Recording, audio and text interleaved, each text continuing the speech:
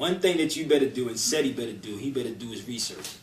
I don't know what Moors he went up against, and I'm not here to try to go into this whole trying to set this and do that. That's for those that's inside the Moor Science Temple. Alright? I am a Moor. I ain't gonna give y'all motherfuckers too much or how I'm gonna bust y'all ass. Cause if you come out in any type of motherfucking debate on me, believe me, I'm not playing no game. I'm a motherfucking mercenary when it comes to this motherfucking history. I'm coming to do damage, goddammit. This brother Seti has a problem with somebody, I don't know. He has a problem. He's emotional on one hand. If you're dealing with facts, you don't have to get upset.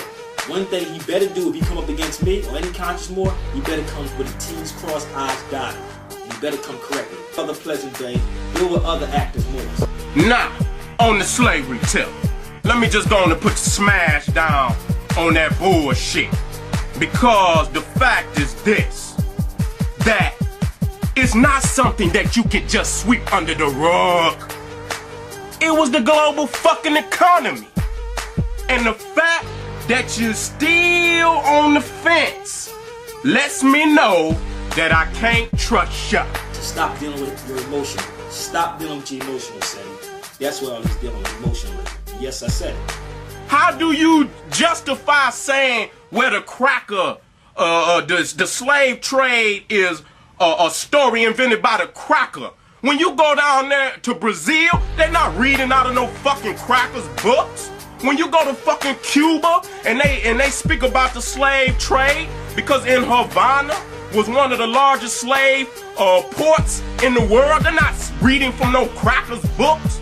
These are oral traditions that are handed down from parent to child. You too, Seti. Study it, get your research, get your facts right. The Moors, or whatever the fuck you want to call them, Moriscos, all I know is I identify the motherfucker with the hat. You understand what I'm saying? That's just like when niggas bang today. If a motherfucker, if he red, he red. If he blue, he blue. So when I see that motherfucking fez on that motherfucker head, I automatically identify him with a certain philosophy, a certain culture, a certain political view. That this brother's dealing with is no facts at all that he's dealing with. He's talking about Moors, we enslaved each other. The Moors helped the Europeans. We helped the Europeans today. You live in New York. Masinasius felt betrayed and he sided with Rome and Scipio Africanus against Hannibal. God damn, man, y'all motherfuckers got a long resume of being a traitor. Again, if you listen to what I said, go back and play this tape again. Seti is over here saying this. If you have a group of people over here saying this. Now, Noble Jew Ali says he's an Egyptian, I doubt. But damn, I ask myself, damn, what was truly about him that was Egyptian? When you deal with the culture, he didn't teach you about the 42 negative confessions of Ma'at. He didn't teach you about Abydos. He didn't. What is Egyptian about it? There's nothing. How in the hell you gonna be Egyptian and you talking about Jesus? Ain't no damn Jesus in ancient Egypt. Seti, this is a call out to you. All right. Listen, brother. He just better come correct. That's all you better do. I'm ready to defend my people's honor. You know, I'm doing this, man, and I don't know where this shit gonna go. But I'm gonna ride this shit out because I know in my heart this is what my ancestors wanted me to do.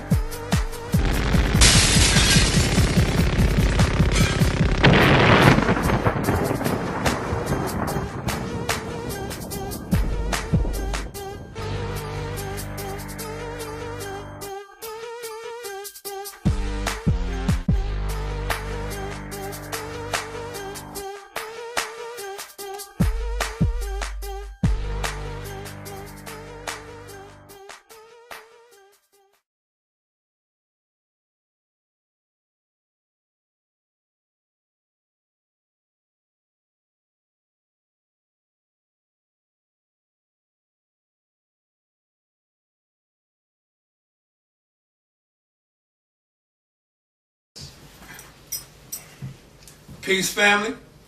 We want to say black power to all the families out there that love being black, that love black power. I am honored here today, Brother Sa at the House of Consciousness, to have two brothers sitting here with us. Three brothers. First I'm saying two brothers that's representing the Moorish nation. We got Brother Sabir Bey, and we got Supreme Intelligence. Brooklyn, Moorish Supreme Intelligence? Moorish Brooklyn Intelligence. And of course, we have the Honorable Dr. Seti sitting on the scene. Peace. We have not come here to tiptoe through the tulips. We are not here to pussyfoot, to buck dance, or to tap dance. We are here to answer all the questions that you, the viewers outside, been asking. Before I go into it, I want to read what this brother has texted me. His name is King Heru, and he was on my website, on my YouTube site, and he says, I think we have gone with this as far as possible. Everything else would just be redundant and beating a dead horse. It's time to let the people decide for themselves based on the information given from both parties. The people have heard both sides. And now we must do the research and come up with our own conclusion. Our divine spirits and consciousness will give us the answer of what is the truth. Sa, thanks for a great job with this issue, but it's now time to let the people decide and choose what is right. So here we are. We got Brother Seti that's here to stand on the shoulders of the ancestors in defense of what he's been bringing forth, and we got the Brother Sabir to try to dispute. Oh, don't say try, and don't say I'm standing on the ancestors also. Okay, well, all right, well, he's Brother Seti, Brother Sabir is standing on the shoulders of his Moorish ancestors. All my ancestors, brother. Don't just say my more. If you're talking about brother, let me finish introducing the tape, and then you can address that. Don't do that because it ain't going down that way. If you're gonna say he's standing on the shoulders of ancestors, I'm doing the exact same thing. So I don't know. I don't know. So you should know it. We're gonna see. Okay. But right now, look forward to it. All right. Peace, Hotep, and Black Power. Moorish Brooklyn Intelligence. Peace. Tell us a little bit about yourself, my brother. Peace. And why do you think it's important to be here today? Alright, peace. Peace. Shalom. Kalani. Assalamu alaikum. Assalamu alaikum. Islam. Paz. All ancient words of peace. Black Power. That's my greeting. I have no doubt that's your greeting. Black Power. Alright, so peace to all melanated people on the planet, all Asiatics. Today, I'm just here with my brother, RA Seti, because for what I've seen from my personal experience, like I said, I'm not here representing the Moorish Science Temple or none of that. Me as a brother who did a research and watched all of his videos and listened to all his videos, I'm here to help this brother clean up some of the mess that he has encountered or was not properly explained to him. So this is a great meeting between Sabir, me, and Brother RA Seti, so that the people can understand where each side is coming from, what's the problem that each people have, and that we could leave with a proper, good, solution and understanding today. Okay, that's peace. Brother Sabir. First and foremost, I want to give honor and respect to Prophet Noble Drew Ali. Today is actually his birthday today. And I just and I want to put that out. And also, it's the day that my mother transcended a year ago. The same day, today, actually. And like I said, I don't belong to no Moorish Science Temple neither. You know what I mean? No particular temple I belong to. I'm like Moorish Brooklyn. We do our own independent research and study. All right? And I want to say, first of all, shake my brother's hand. Sorry I said it because I spoke with that brother quite a few times, and we had an in-depth conversation and talked about his how important he is for us in this movement. And we just, like he said, we here to clear up a lot of misconceptions about the Moors and who are the Moors. And it's going to be good. That's all I want to say. Okay. Brother RA Seti. Hotep family. Hotep. I want to give praise to all the ancestors who gave their lives to fight for this struggle that we in today. Is not over. It's still a struggle. The revolution has never ever stopped. You know, we may have stopped fighting, but the revolution is still going on today.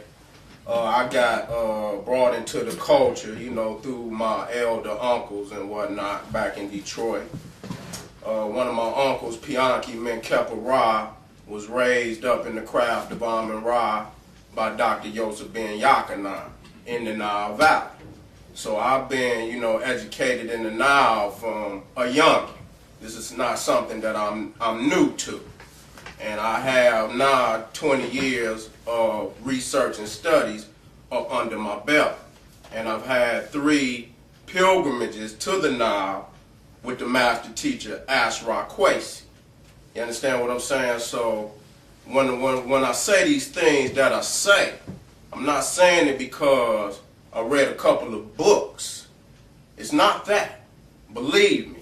What I'm saying is what I know, or what I was taught by my elders. So I don't want anybody to think that this is just a casual typo that I might have misread in a book. It's not. So I want the brothers and sisters that see this conversation to take what I'm gonna give them very, very serious. Okay, that's peace, brother. You have any questions? Okay, let's start this interview then. The first question I have is for you, Brother Seti. Yes, sir.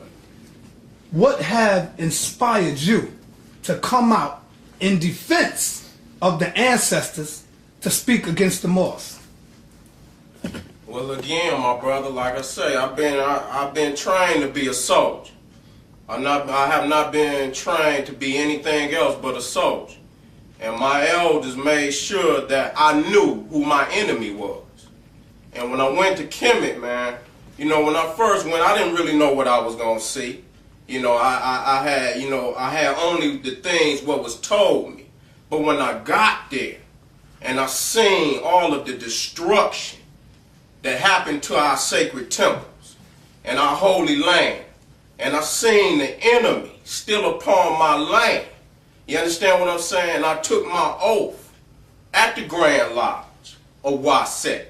I stood in front of my brothers and sisters, and I stood at that temple where all priests were raised up in the Nile Valley. And I took my oath when I came back here that I would give my life to resurrect my people. And I heard things that came up out of the Moors' mouth, certain Moors. If they want to distinguish themselves, that's all right. But I mean, I don't have time to distinguish. I'm on the battlefield. But I heard certain things that came up out of their mouth that I know for a fact is incorrect.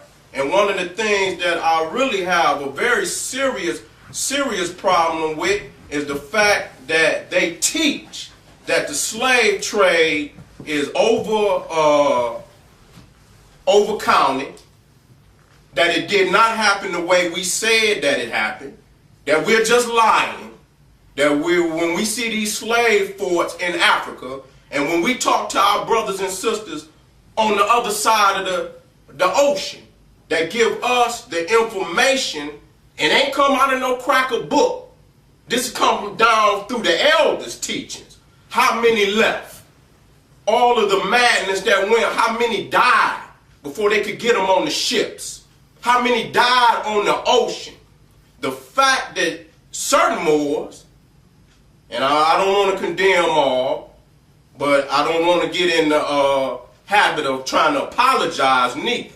Because if these certain Moors felt that what the other Moors was teaching was incorrect, they should get on them. Don't try to correct me when I get on That's them. right. You should have did it before I did it, but they didn't do it. You understand what I'm saying? Is that we all just lying.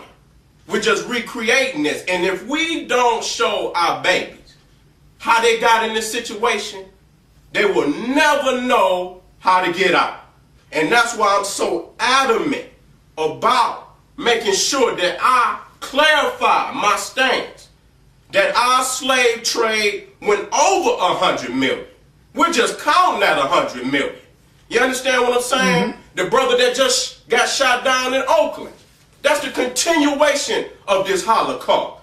How many brothers dropping dead, murdered in New York? How many brothers are on a yearly basis? How many young brothers dropping dead in Detroit every year on the day? Philly. It's a damn Holocaust, man. So we don't want to, you understand what I'm saying? We don't want to lighten up on our Holocaust like a lot of these brothers is doing. We want to tighten up and make sure that the numbers is correct, that our babies know exactly what happened to them, and that falsehoods about how we got here is not taught as if it's the truth, which it is not. Okay, brother, that's peace, man. Brother, Brooklyn Intelligence. Yes, sir. I would like for you to respond on that, brother. How do you feel about the slave trade? Do you agree that it was over 100 million? Or do you bring down the numbers as well? It's not about bringing down the numbers. The numbers we know was large. It was crazy numbers. As a matter of fact, we can't even know exactly what the numbers is. We could just, we just have to round it off. However, we have a good number because we know they treated us like commodity and property, so they had to take a note of everything. So what is your understanding of the slave trade and how it went down? My understanding of the slave trade is that we have been taught in their institutional school system only one side, and that's when we was enslaved or in bondage. What I get across to people is that yes, slavery did happen, if you want to call it that. The Moors call it we being prisoners of war. But slavery did happen in a sense, but the whole big picture is that the first slaves were Europeans. That's where the word slavery come from. So if you really research, the first slaves anywhere, and even in North America, was pale slaves. Not only that, the first slaves through the Middle Passage, the Atlantic Triangle, or even the Atlantic waterways were European. Then we became mixed with them, and then we, at the end, became the commodity for slavery.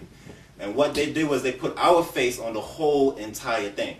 So me, as an individual Moor, yes, slavery did happen, but we have to probably understand what happened throughout the whole thing, which means it was the whole Pale Nation, it was the Arabs, and even some of our own ancestors that participated in the slave trade for political and financial reasons. Were there Moors' participation? Yes, brother, because we who are navigating as Moors, because everybody sitting right here is a Moor. The brother may not subscribe to that title, but everybody that's melanated is a Moor. So yes, our ancestors, aka black people, aka colored people, aka melanated people, aka Asiatics, did participate in the slave trade. We can't deny that. Okay. Brother Sabir, do you want to respond to that, or? Well, I'm agree. I have to agree 100% with Morris Brooklyn, because for me, I've never heard of Moor. Like I keep saying, a lot of these things that people are saying that slavery did not exist. I talked to Seti, it was a couple of weeks ago, Seti, we had this conversation about, your vending piece when you said the Moors came up and said slavery never existed. Indeed. And I disagreed, didn't I? Didn't I say I disagreed with that? The conversation is that slavery never existed. The way they say slavery happened didn't happen exactly the way they said it, like Morris Brooklyn just said. All this history of the story is not being told in school, because again, who's teaching our children? This argument can go on and on. So we're going to continue on having our children in their school system, regardless whether we sit here and fight about what color we are or not. But the facts of the matter is that, like Brooklyn said, if you look up the word, rather somebody went to look in a Webster's dictionary, slave was the Europeans. It was the Indo-Europeans and Scandinavians. We were prisoners of war, and this is what Moors are calling it. It's prisoners of war. Wherever you stood, you became that slave, so-called slave. But slavery happened, but not the way they said it happened. Okay, like be more specific. Not the way they said it happened. Which way you talking about they said it happened? The way we're talking about slavery, the way it happened, and yes, there was, quote unquote, when we say Moors, that was involved in it also. Moors were involved in it also, because like you said, there's so-called blacks, African Americans, whatever we want to call ourselves, we were all Moors, regardless. There's documented records how Moors enslaved each other. Anybody who saw Seti's DVDs, how it was our people, you can call them Africans, you can call them blacks, whatever, was involved in it. Don't get it twisted because they had feathers on their heads, because before 1930s, everybody wore fez in different countries, no matter what country you were in. But the way slavery happened, it wasn't that they took everybody from Africa. Some slaves did come from Africa, from Goree Island, and a lot of us was right here in North America and in South America. So where they took you from South America up to North America, from North America down to South America. This is how the slave trade took place. And we have to understand geography and what countries mean. And this is when laws start coming into play. So when they start saying that they crossed the Macy-Dixie line, each state was a country amongst its own. All right? So, I mean, a lot of stuff need to be cleared up. Maybe we'll get into that. You know what? I don't want to get into the wordplay. Slav, you know, if it's some crackers came over here, so damn what? I'm speaking for my people. You know, and what I'm catching is we get lost in the wordplay. If I say slave, I mean a man that's forced to work. That's what I mean. I don't want to get into historical. I know Slav. I could do that. I know enough to wordplay. Don't want the wordplay. It's enough controlled genocides, such as the one in the Congo with Leopold. Even Mark Twain wrote a book on it, and he documented that they lost 30 million in the Congo between the 40 years that man was dead. 40 million. That's one nation in 40 years. So, I mean, that's a control. Now, if you think of all the other nations that's in Africa, and that the cracker is the one that was in Morocco and Egypt, he's the same cracker. How many did they kill? How many did they actually kill, my brother? Sometimes it becomes irrelevant to try to fight an issue because it's so evident. Like I said, I agree with you, but if you fast forward it up today and understanding that it's not about playing with words, if you understand, and you and I, if you have any children, you have children right now? Indeed. Now, what school system they go to? We had that. They go to the public school system. Okay, now, when your child comes home, what do you tell your child to look up any definition at? Now, we're using 21st century or 20th century, whichever way you want to do it. When you and your child, right now, in their school system, when they tell your child to go home and look up something, what do you tell them they're going to tell them to look it up at? Stop being.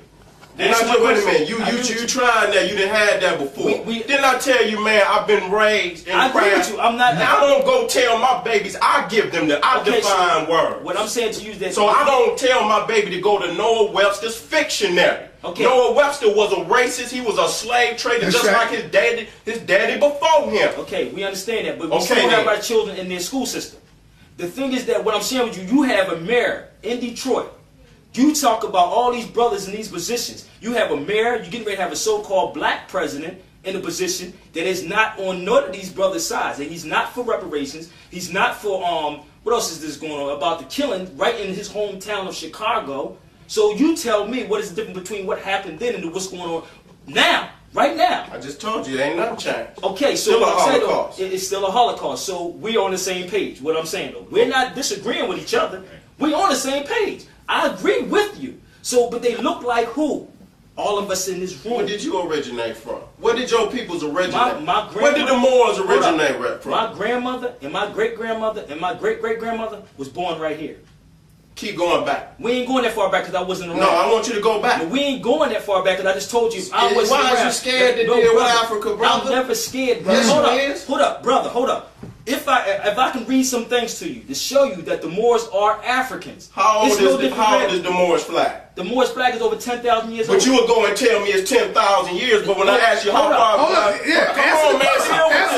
Hold up. I said here, on this land.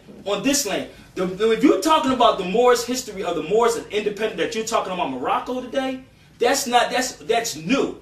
They got the independence in 1950. We're not talking about these pale-faced Europeans that's in Morocco today. We're not talking about them. We're going back into the name which was called, the land was called the Amazigh, and the people was called the Imazigh. If you want to go that far back, If you want to go that far back, we can talk about where civilization started at. It started where? North Africa. It started in North Africa. North Africa. That's incorrect, man. Oh, it's incorrect? That's falsehood, man. That's You show falsehood me, beyond. you prove to me. Man, I can show you. I'm gonna blow up on you, man. I think that right there is an atomic bomb. Okay, What you go gonna ahead, bring? go ahead. Now, you understand what I'm now saying? you wanna go? I mean, anybody Okay. that go to the. Can you show me some more ancient that was built by the Moors, greater than the pyramids? I'm going to read something. I'm going to Greater read than. something. I don't want you to read because. Brother, you can read something too. Don't Listen, even go there. You getting ready to read I something. don't know what. I don't even need these books no more. Okay. I don't even need it. I'm gonna go straight from the top. Okay. Let me add on. Go ahead. Let me add on something. All right, yeah, time out. Let's get it order. Go ahead, brother. Let me add on real quick. Add on. Now, once again, like, brother, what we're trying to show you, or what I'm trying to show you, like I said, I don't know about these Moors that they're dealing with. Okay. Yeah. We don't separate a separate. light-skinned brother with a dark-skinned brother, or a certain title with another modern title. Like, I'm not here to separate colored or black, or Negro and Moor, or Asiatic and Moor, African and Moor. We're all the same people. However, me as an individual who have done research, the oldest name that we have taken for ourselves was Moor. So, dealing with my family's from Jamaica. But let me ask you a question before you go on. finish, brother. Or the island of Essamaka, or Essamaica. Mm-hmm. The Caribs, the Siboney, the Arawaks, in their oral and written documentation, they said that they're from North, Central, and South America. And from there, they've always been there. They're not detaching themselves from our cousins, nephews, aunts, uncles, whatever we want to call them in Africa or in Asia or in Australia, and nobody's talking about Antarctica. Mm-hmm. So we go back millions and billions of years. But what happens that the Moors in the Caribbean was called West Indian, which means Western dark people. They was also called Maroons. Mm-hmm. So the thing that the brother Noble Ali brought forth was that the Moors are from northwestern and southwestern Africa. He means North America, Central and South America, and also Africa. We have to take it back to when the Atlantic Ocean wasn't called the Atlantic Ocean. There you go. It was called the Ethiopian Ocean. Exactly. So when There you read in the Moorish 101 and Moorish 102, Right. Ethiopia means to divide. That's what it means. Divide what though? It's Divide. dividing the continents and the hemisphere. He wasn't talking about a pigmentation. But you understand, optical meaning face. Ethiopia means burnt face. It does have nothing to do with meaning to divide. That's I right. understand that. But listen, So, but if you understand that, don't teach no damn falsehood to me, man. that's not Come straight falsehood. up, come straight up Hold the on, middle, sir. man. Hold on, He asked me a question. Hold He on, asked me a question. No Yeah. problem. Listen to what I'm saying. I'm not talking about. The brother was not talking about skin. He was not talking about pigmentation. Yo, Morris Brooklyn, check it out, Morris. Right. Let's keep this shit real. Okay. When he said, what does Ethiopia mean? Okay. He said Ethiopia means Something. to divide. What did I just He say? didn't say Hold up, something. Seti, hold up, Seti, brother, let me finish. I got to interject too. dude. Brother, you trying to gonna run stuff. listen, man. So this is what I'm saying. Right. In the Morris Lessons 101, Okay. he asked the question, Okay. what does Ethiopia means? Okay. The answer was Ethiopia means something divided. Can I- That is incorrect. That's not what it means, brother. Can I answer your question now? Now answer the question. Let me address that once again, because we're going to go back talking around in circle. When the brother put it there, he was not talking about a skin color or pigmentation. The people in Ethiopia didn't call themselves Ethiopia. Ethiopian region, that latitude and longitude of square jurisdiction was called Abyssinia. And the people call habits. So once again, he was not talking about a people or a description. Didn't he say something means divided? Didn't I just give you the key to that jewel? If the Atlantic Ocean was called Ethiopian Ocean, what is being divided? You could find old ancient maps where northern so part why of would you- Africa. why Hold on, would let me you just finish not- this. Let Let me me just finish finish that. this. Yeah, man. yeah. Just finish this. You Come can on, find old maps where the northern part of that continent was called Africa and the bottom part was called Ethiopia.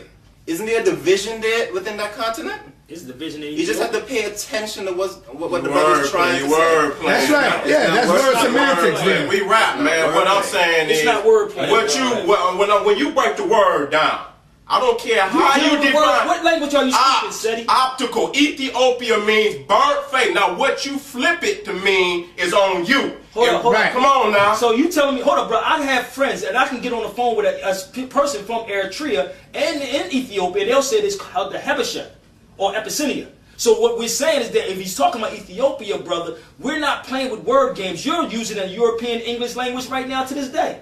So you tell me, what language are you speaking? And isn't that see, what the thing is, what I see what we doing again, we getting into wordplay and we leaving the real issue of why our peoples is in this situation. That's right. And if you listen what's going on right now, this is why. Because when we gather, we can spend more time trying to jump through the loops with these words. And when these young babies out here can't eat, they don't give a damn what it means.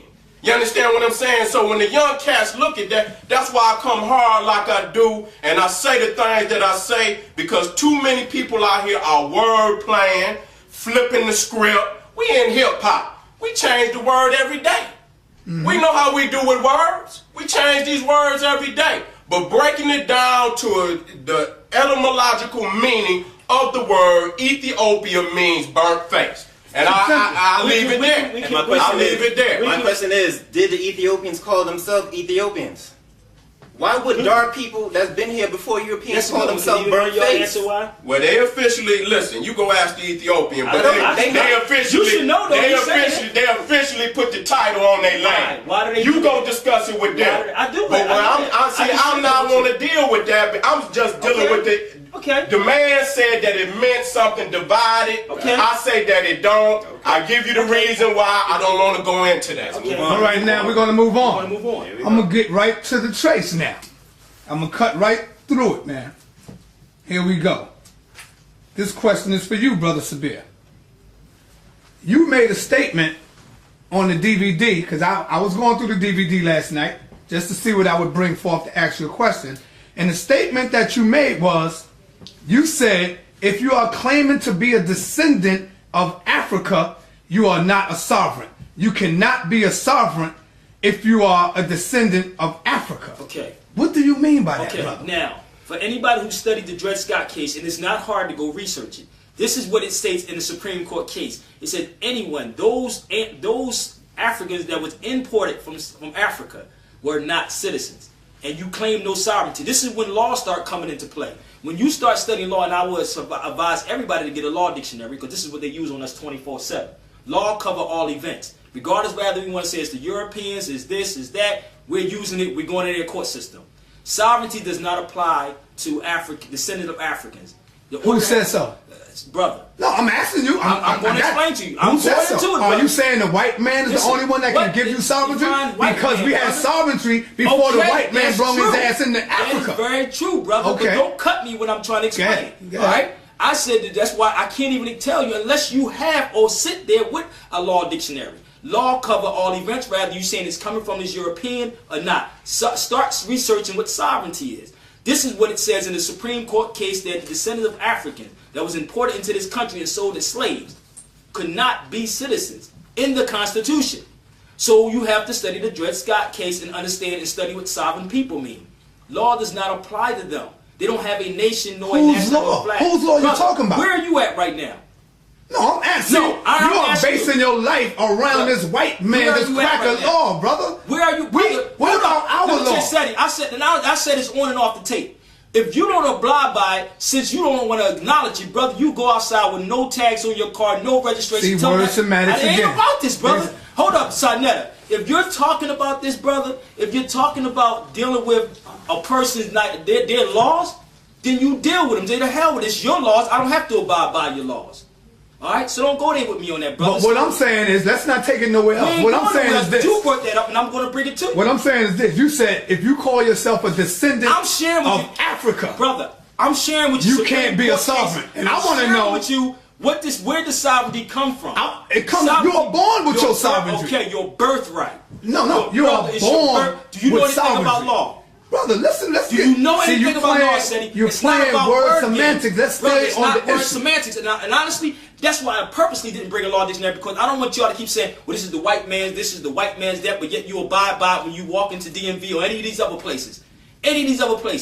All right, so I didn't want to bring that. So what I want the listening audience to do is look up sovereignty and look up sovereign people. I want you to read it. That's all that is.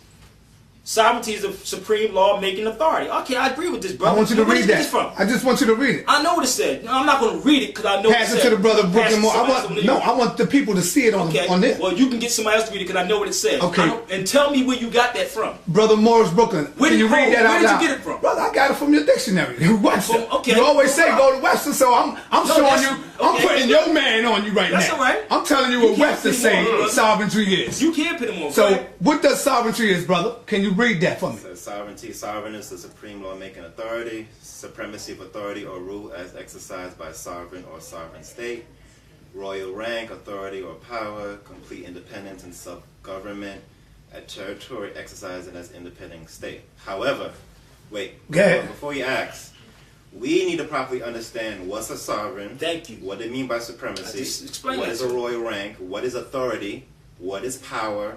What it means for independence. Brother, I'm quite sure we all know what that is. No, you don't. What that mean, brother? No, you don't. Before you go. Don't go. The thing is that when you read a word in a dictionary, and I'm going to also clear up language. When you read a word in a dictionary, it doesn't mean the same thing in law. It doesn't. You may call yourself a person, but in law, you have to call yourself a natural person. Because a person is Walmart, Corporation. Kmart, Corporation. City. Listen. Let me clear it up. Oh my gosh, man, come on, You're dude. laughing already, but let me clear it up. It's a Walmart, Citibank, Pathmark. Why? Because they're all in capital letters. When you get a statement from your credit card company or from a jury, look on your driver's license. Isn't it in all capital letters? So we need to understand a word in a dictionary doesn't mean the same thing as in law. And we're going to end with this. We are giving those so-called white men too much damn credit. We giving them too much. Why are we giving credit for words? If we talk about we gods and goddesses, and we had everything while they was in caves, who taught them how to speak? English is not their language. That is our variation of Latin, Spanish, Arabic, Aramaic, Sanskrit, Indo-European. All that is us. To answer your question, brother, hopefully I won't get cut off. We are not giving them the credit. It is you who are giving this white man all the credit. You keep saying, go, let me finish, brother, before I get cut off. Sovereignty now. Because you claim to be a descendant of Africa, you can't get your sovereignty? Who determines your right to get sovereignty? The so-called white man? They came into Africa, kicked our ass, and took our sovereignty with the help of the Moors. So, let me The help of our own people? With the help of the Moors. Same people, brother. Can I read something before? And to add on to that, you're going to read it. To add on to that, the reason I don't call myself a Moor is because the white man gave you that term. He hit you in the head with Moor. Before you read that. We didn't call ourselves Moor. We didn't call ourselves Moroccans. So why do you still, in the Moorish lessons, it still say the Moroccans? You don't know what the Moroccan Brother, means. we are not Morocco. To address that. Yes, sir. Yes, you were born free and sovereign, but it got taken away from. And who took it? What happened? Who took it away? Our ignorance of our own people. And how can we get it back? By you proclaiming. No, by force. Let me do it then. By force. Do it then. When you want to do it? Let me step outside right now and do it? Let me finish the answer that. Step outside, let's do it right now. Go back. Let me finish the answer that. Go ahead. What makes up a nationality and sovereignty? There's something in law called jus soli and jus sanguinis. That means the right of blood and the right of soil. However, you need to know what is the ancient name for that soil. Like New York is not New York, it's New Amsterdam. That continent called Africa is not Africa, it's Akibulan or South Asia. Or Africa. But that's modern. No, sir. That's written on the tombs of the Temple of Luxor. Africa. A-F-R-I-C-A? You spelled it with a K. I got a spelling right here. But that's talking about the body of man, the light of man, and the darkness of where man come from. That's a description. But what did we call it? Are they talking about? Well, we had many names, brother. It was many names. It wasn't just one name. However, in law, you have to be specific. So calling yourself an African descent, that's not Pacific or Asian. Can I read this? Let me go on over to Brother Seti, and then I'll come on over to you. That's going to blend into what he just was talking about. All right, you're going to get back to it, brother. Again, man, what I see again is we word playing. That's what it seemed to be to me. Let me be upfront. I don't give a damn about the white man at all. His law, his physical being. When I went to Kemet and I seen the cracker carving on my tombs and my temples, got my ancestors out physically on display, You understand what I'm saying? I have no respect for a man like his law. If we use the white man law to try to get out of what we in, we'll never get out of it. We'll never get out. Ain't no way possible, man. There's no way possible. The white man been in power for not 3,000 years. Since the fall of Kemet, he's been in control of this planet Earth. And he's been doing it because he has a system. He has a system that's in place. And you mean to tell me we gonna come up out of this system following the man's rules and regulations that he set out here for us? I can't believe that's what y'all telling me, man. Brother, can I ask you a question? Ask me any question you want to ask. How did you get here? I got here through my mother, my queen. No, how did you get here just now to New York? I got here through my woman, my queen. So now you're lying on the camera saying that you got here. No, don't call me a liar. But I asked you how. You don't got to. I mean, you asking me how I got here, man. Listen here, man. I'm at war. To New York. See, here you go, man. That's irrelevant, though. But I'm asking you what saying. You know how we got here. We got in the car and we drove up here. A plane, right? The reason why I'm bringing it back because he caught a plane here. If you're not respecting this man, whatever. This is what I'm saying. Don't say one thing and you're not respecting him. But if this man says, "Show me your ID to get on this plane," you're going to show this man's identification to get on a damn plane. So if you don't respect the man, if I don't respect, because I'm sitting here, I respect you. But I don't have to sit with somebody I don't respect. So the wording again is if you don't respect somebody, you don't associate with that person, you find another means to do it. This is what I'm saying about respect-wise. So if you don't respect him, you don't respect anything that he brings in front of you. Indeed. Understand that, you understand, until we do what we want to do it then. That's all but I'm not going to promote the man's system. I'm not going to promote the man's systems, mud mounds. I'm not talking about mud. I'm talking about stone. Let me just one thing. I'm not talking about mud. Let me just one thing though. Right next door in Egypt, brother. If you follow the Nile, I've been there 3 times though. I can visualize it very well. For the audience. Okay. It's for the audience. Okay. For the audience, bro. If you follow the Nile, it will break up into what? The White Nile and the Blue Nile. The Blue Nile, indeed. One arm will go into Ethiopia and one arm will go into Sudan, right? It goes past you, Sudan. Okay, no problem. Okay. But it runs down there. Yeah, okay. Right now in Sudan, there's more pyramids in Sudan than there is in Egypt. Also in the Sudan, there's pyramids right now standing that's older than the pyramids in Egypt. I'm not debating that. But you're saying Egypt only. The reason why I'm saying Egypt because right now I'm trying to deal with, like, if the people listening see Egypt, the thing that separates Egypt from any other nation is because of the physical evidence. That's right. What about the pyramids that's underneath the water near Japan? I don't. There you go again, man. You going up under the water? You want to go in outer space? Hold up, brother. How can people? Wait a minute. How can people focus on one area, brother? You keep trying to focus just on Egypt. What about just Africa, in brother? Japan? We can't just be one-sided. Just tell these people. You know what? That's one chaos, man. You see, the thing is, you know what? If you create chaos, meaning you just spread it all, you just go here, go there. Why don't you go then you can fit right up in the mix. See, my thing. You can fit, but if I go 1, 2, 3, I'm in chronological order. I didn't say don't go there, but let's go in chronological order. What I'm saying is, when I say Kemet, I'm only saying it because of the physical evidence. Anybody that's listening can go on the internet, they can go straight to Giza, they can go straight to Saqqara, they can go straight to Abu Simbel, they can go straight there. But what you talking about, the pyramids, I've been to Mexico too. So I did the comparative study, so don't work it with me. Man, that stuff down there is so inferior. It is so because first and foremost, they never built with stone.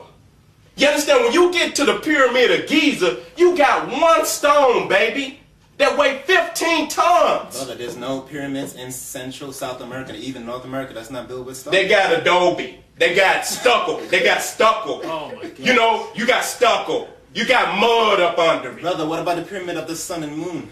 That's not made out of stone? But look how it's laid out. The Africans laid that out. It's laid out like Giza. You don't want to deal with the astrological layout. The Africans, that was built off of Giza. See, you're separating something and saying the Africans and Moors. The Moors are African. If I just read to you that the Moors are Africans. Man, the Moors came in under Islam, man. Don't come in. Islam. Man, the Moors came under. Give me some text. Bro. You got any manuscript? If I bring you don't text. Bring me. I can't bring you no text because you want to say it's Europeans then. What text You got ancient. Okay then, like I say, like what that right? Give me. Don't bring European text. Bring the ancestors. Brother, this is J.A. Rogers. I don't want to use J.A. We gonna leave. I'm saying, what text do you want me to bring them, brother? You can use them text. What I'm saying is this. Come on, man. You see this? This is the papyrus of Ani. Who drew that up? No, don't worry about it. Ani. I asked who drew it up. The Ani. Papyrus of Ani. Where did you get it from? Turn that around. Let me see that. Go ahead. He's gonna filibuster. No, I want that brother to break that down because he know law. I said, I would like for you, brother, the sacred priest of the Nile Valley drew it up. Who drew this up? And you know why? It looks like it came out of somebody else's book, though. Well, yeah, but the original is still here. It's still on the wall. Still here. But what I'm saying to you, but do you know what that is, brother? Turn it around. Oh well, you can. People can listen. That's all I'm saying. See, the thing is, you know why, brother? Being that I was initiated in the craft, I know the Nubians, and I know the brothers and sisters in the Nile that got ones that the cracker don't have. That's why I can laugh. See, they filibustering. But brother filibustering. Can you tell me what that is right there? Can you show me? Do you have a Moorish manuscript? This manuscript is 1675 BCE. I don't want J.A. Rogers. I don't want Blackman's Law. I want you to show me a text. Let me ask you a question. How does this affect I don't want you to jump around. No, see, there you go. How does this affect That ain't the question that I'm asking. Can you show me a Moorish manuscript as ancient? You got to go get it, huh? Brother, I'm the dog ate your homework, huh? I'm not Sinetta. Dog ate your homework. Yeah, I know. The dog ate his homework. Here it is. The tape. Here it is. That's Sinetta stuff. Here it is. I'm putting that out there. Sinetta address said the dog ate the tape, so I'm gonna put that out there too. I don't play those games. Let me address this. That's Sinetta. Let the brother address. Let the brother Morris Intelligence do it. Let me address before and then come back. All right. We could see. Okay. First of all, we have to understand that we've been on this planet for so long, right? There's been like climatic events. There's been catastrophic events. There's been continental shifts, right? We have to understand that our ancient empires, some fell underneath the water, and some is still right here on land. Some of the people migrated, and some people stayed where they were. So Egypt, we're not taking anything away from Egypt. That's one of our greatest satellite and peak and climax. So how come you never talk about it we then? do talk about it. I just read you talk about it. By not talking about ancient Kemet, it's taken away from it. We talked about it, brother. Have you read the Circle Seven Quran? I never heard Bro, you, I just brother. read to you. Have you read the Circle Come Seven? on, Whenever you do a lecture, hold on. Have you ever read the Circle? Yeah. how come when I talk, you talk, brother? Just let me get my point. I'm gonna let you answer it. I never heard no Morris brother get up there and give a lecture on ancient Kemet. All right. Never heard it. Okay. You might have said a word about it, but you continue on in the lecture. You might say ancient Kemet one time out your mouth. That's not giving a lecture on it. That's not teaching on it. But what's the point of talking about it 24/7? Because that's the root. That's the origin. So if you're not willing to go fight for it or go take it back, why we have to continue on? We got problems right here today. Right here in the United States. Why? Because the same man that wearing that fez that's right over there in Egypt is sucking my people's mineral wealth and funding his people overseas. No, that's a cracker. But I'm talking about the Arab. I'm talking about the Arab too. That's the Shriner. The Arab Turk was wearing it before the Shrine. So you telling me all these guys are? Man, listen, I don't want they all peckerwoods one way or another, but the Arab, that wearing that hat is in Africa, sucking all of the mineral wealth. And what I'm saying is, family, that the mineral wealth that's coming out of Africa, why we in this poverty, that the mineral wealth in Africa should be funding us wherever we are on this planet. If we want business, if we don't want to live in Africa, that's okay. Long as we recognize that that's our holy land, that's our motherland, and we will go to the aid of Africa when needed, that's okay if you move out into the other parts of the world. But the mineral wealth of Africa belongs to us, and Africa should be funding African people. And the man that's wearing that fez in Africa right now is sucking the mineral wealth out of Africa, sending it to Arabia, India, so Europe. What do you do? Indeed it is true. Indeed it is what do you do? I can tell you what you do. This is what I would do. If I'm claiming to be a Moor, and this is my natural headdress. African also. Hold up, brother. And this is my natural headdress.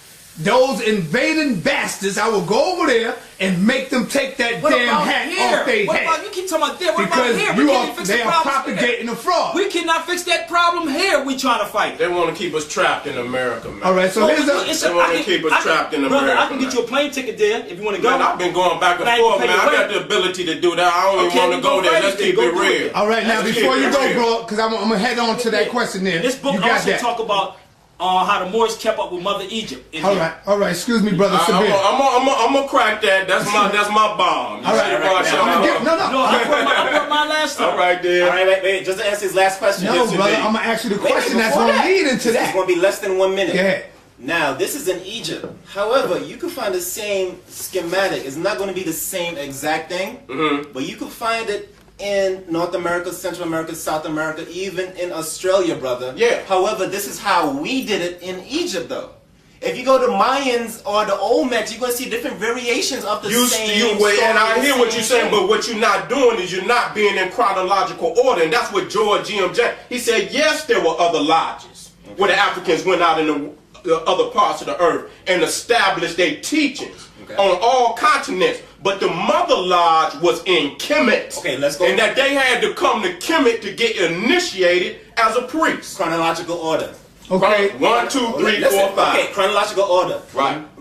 Mu, Atlantis, Lemuria, ancient Nubia. Then when you follow the Nile, then all the knowledge came to a peak. Follow the Nile, that's how the pyramids and the knowledge went to. Okay, now, Brother Moores, Book of Intelligence. Here's the question for you, brother. The Moors talk so much about law. Okay. Why is it that you never talk about the origin of law in government? For example, Nubia, Ta-Seti, and Ta-Nehisi is the oldest document government on the planet. And the 142 so-called negative confessions, because it wasn't the negative, you know, negative confessions of that black beautiful goddess named Ma'at is the oldest system of law and government on the planet. Do you agree with that? Okay, I want you to hold this up right quick, brother. Okay. Just hold that up. For the people. Do you agree that the oldest law in government came out of ancient... Brother, let me finish. All right. Brother, I want you to hold it up so I can zoom in on it. So you put it down, brother. That's my queen. I'll hold it. All right, let me... I'll hold it. Brother Seti, turn it around.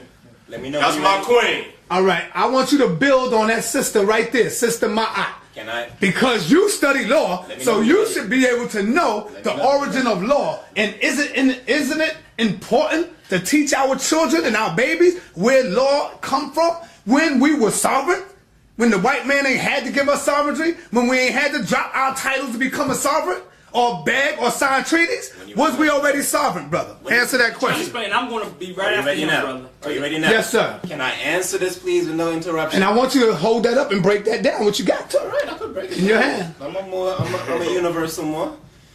All right, now, once again, we have a residue that we can go to and find it. We've been here for a very long time. However, the beauty of Egypt is that we can go there to see these things. However, these examples of law and deity and personifications of laws is all over the planet. Now, before I break this down or even break this picture down, take the letter A, for example, right? The letter A is the shape of a pyramid. Now, there's a reason why there's America, Africa, Asia, Antarctica, Australia. All these continents start with the letter A for a reason, to show you that we, the pyramid builders, the ones of light, Moor, M-U-U-R, were global and was everywhere. So one of the places you can find this is in the east, in one of our great continents called Africa. Now to break down law and Ma'at. Ma'at, first of all, is dealing with the feminine. She holds the scale. The scale is balanced. If you come over here in the Western world or in Europe, the scale is unbalanced, because we know that these pale students that we for some reason taught, they have this as a secret to make the scale be unbalanced, because one, they're trying to unbalance the woman and then you unbalance the nation. Now Ma'at holds the scale now because once again, you can see the scale right there on the picture too. Right, this represents the balance. So here you have the feather and you have the heart or the ab. this right here doesn't really mean your central heart or your organ in your body. It's talking about your core, your soul, or your mind. That's what's really being weighed. Now here you have what? The jury. And here you have the progression that you have to go through on the square or on the courtroom. Now, our law, Moorish law, we say everybody's Moors, but some people don't know that. So Africans, original people, melanated people, our laws come from the nature. That's where Medu Neter, Mother Nature, Ma'at Neter. But our laws come from the cosmos, the universe, and the nature. So what we did was now we made these laws that govern everything, and we now replicate that in society and government, which is ancient. It's not modern, it's ancient. If you open up a black law dictionary, it will say law and jurisprudence that is ancient and modern. The Romans are not ancient. You keep referring to people to the black law dictionaries. Let me see. Okay, go ahead. Wasn't it a white man by the name of Black who wrote the black law dictionary? I'm not disputing that. His name is what? We're not disputing that, brother. But it's a white man. Hold on. Let me clear this up. And if it's a white man, it's his law. What did I say? You're following his law. What did I say before You're not that? listening to what he just said. What did I say before that, Seti? But you're following his law. That's Seti. I mean, sorry. You've been calling him Seti so long. I'm sorry about that. Sorry about that, y'all. Sanetta, what are we saying? Listen to what I'm saying. These pale Europeans, okay, these Europeans, these Albanons, these troglodyte niggas, these cave dwellers, these amalgamated people, these experiments that we have done, they have stolen everything from us and they are impersonating us. Just because they are using it and doing it doesn't mean that it didn't come from us. They couldn't write, speak, they was crawling all fours in the caves of Europe. Our ancestors, for some strange reason, resurrected them, taught them masonry, and they now use all our tools against us and now oppress us, and now we're here arguing about color and fragments of history. We need to understand the big picture. To address your thing about we not addressing Egypt, if you read the Circle 7 Quran, Noble Ali talk about Egypt. It's a plagiarized version of Aquarian Gospel of Jesus Christ. Let me answer that now. Go into it. Levi, whose whole name is Levi H. Dowling. Right. This is a dude who came up with a Christian upbringing. His alleged story is that he studied and traveled all over the world, and for 35 to 40 years, he was able to do certain meditation and spiritual practices. He allegedly said that he got his information from the Akashic Records. Okay. Can't you go to the Akashic Records? The man clearly in the book said that he transcribed it from the record, which means that gives me, you, him, the ability to go back and do the research. But when you go into the Circle 7 Quran, there is nowhere in there where he gives you the ability to go back and do research on what he put in there. Now let me ask you one more question. You ain't asked his question. Okay, what was his question about the you asked him a question, didn't you? Right. Can't you go to the Akashic Records and get information? I can. Which means that before Noble Ali, before the Circle 7 Quran, before the Bible, the Torah, before Levi H. Hawling, this information was already here already. And he wrote it in there. So he didn't say it belonged to him because he clearly says transcribe. He gave reference. But when you don't give reference, that's plagiarism. How is it plagiarism? Which is our information. Oh man, y'all, man, I can. You know what? I'm gonna be real with y'all, man. That information, man. Listen, and then when you go in the book, the Aquarian Gospel of Jesus Christ. Now I don't know if it's more chapters or not, but it's clearly that Noble Drew Ali took what chapters he wanted out of the book. Who gave him permission to separate the text? It is not his book to take. That's just like this book right here. He got chapter 1 through however many chapters. I can't take 2 pages out of this book, make my book, and then not tell you that there's a whole nother 5, 6 chapters to this book that it been taken up out of. That's you. Not only did you plagiarize, you handicapped the book. You handicapped the book. Hold on, let me tell you something. 1920s, 1913s, brother. This is a whole different era that we were in. Okay. And if you read the Circle 7 Quran, what Noble Ali said, he's properly prepared the book.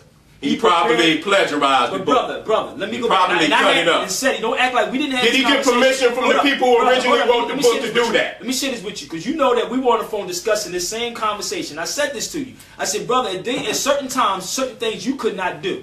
We shared this, so don't act like when we get here that we didn't. Listen here, brother. Listen. Like, let me tell you something. I took my oath to the crowd. Now I talk to you. Now you keep trying to take a personal conversation. It's not personal. And I had a personal conversation with. But don't bring that conversation out here. I know that. You understand what I'm saying? Because you're trying to be slight, man. You're trying to be slight, man. We can't say one thing and then say, okay, this happens a different way. Because whatever I say on whatever somebody else, I'm going to say it. We could be in if we on a personal conversation. I agree with you. I ain't got to be so hard with you. I can be casual with you. Dialoguing. This going to the people. And I'm hard as hell. No, I can't tell you. I can't get you no slack. Ain't no straddling the goddamn fence today, man. I can't cut you no slack. If that be the case, we can have the conversation that we had on the phone. Now let me ask this. We don't want to have that conversation. We want to have this conversation. Brother Mark, one thing. You still didn't address the question I asked you about the origin of law. You ain't deal with none of that. I said yes, I did. No, you didn't. Let me say that. Did you deal with that? You ain't deal with that, brother. You went around the corner. Can I answer it?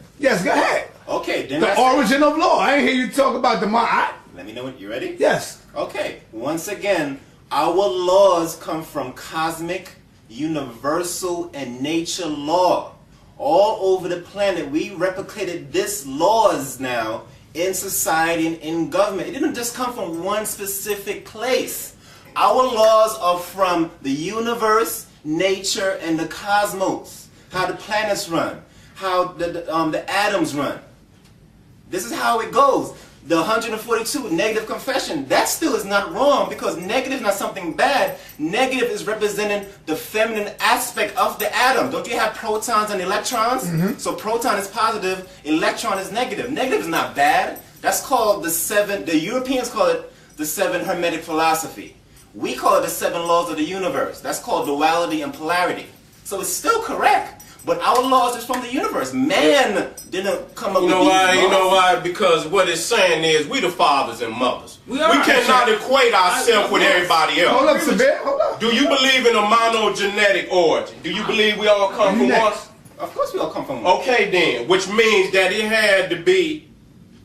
had to emulate from one source. Right. Before it was everywhere. Right. One can exist without two. But 2 can't exist without 1.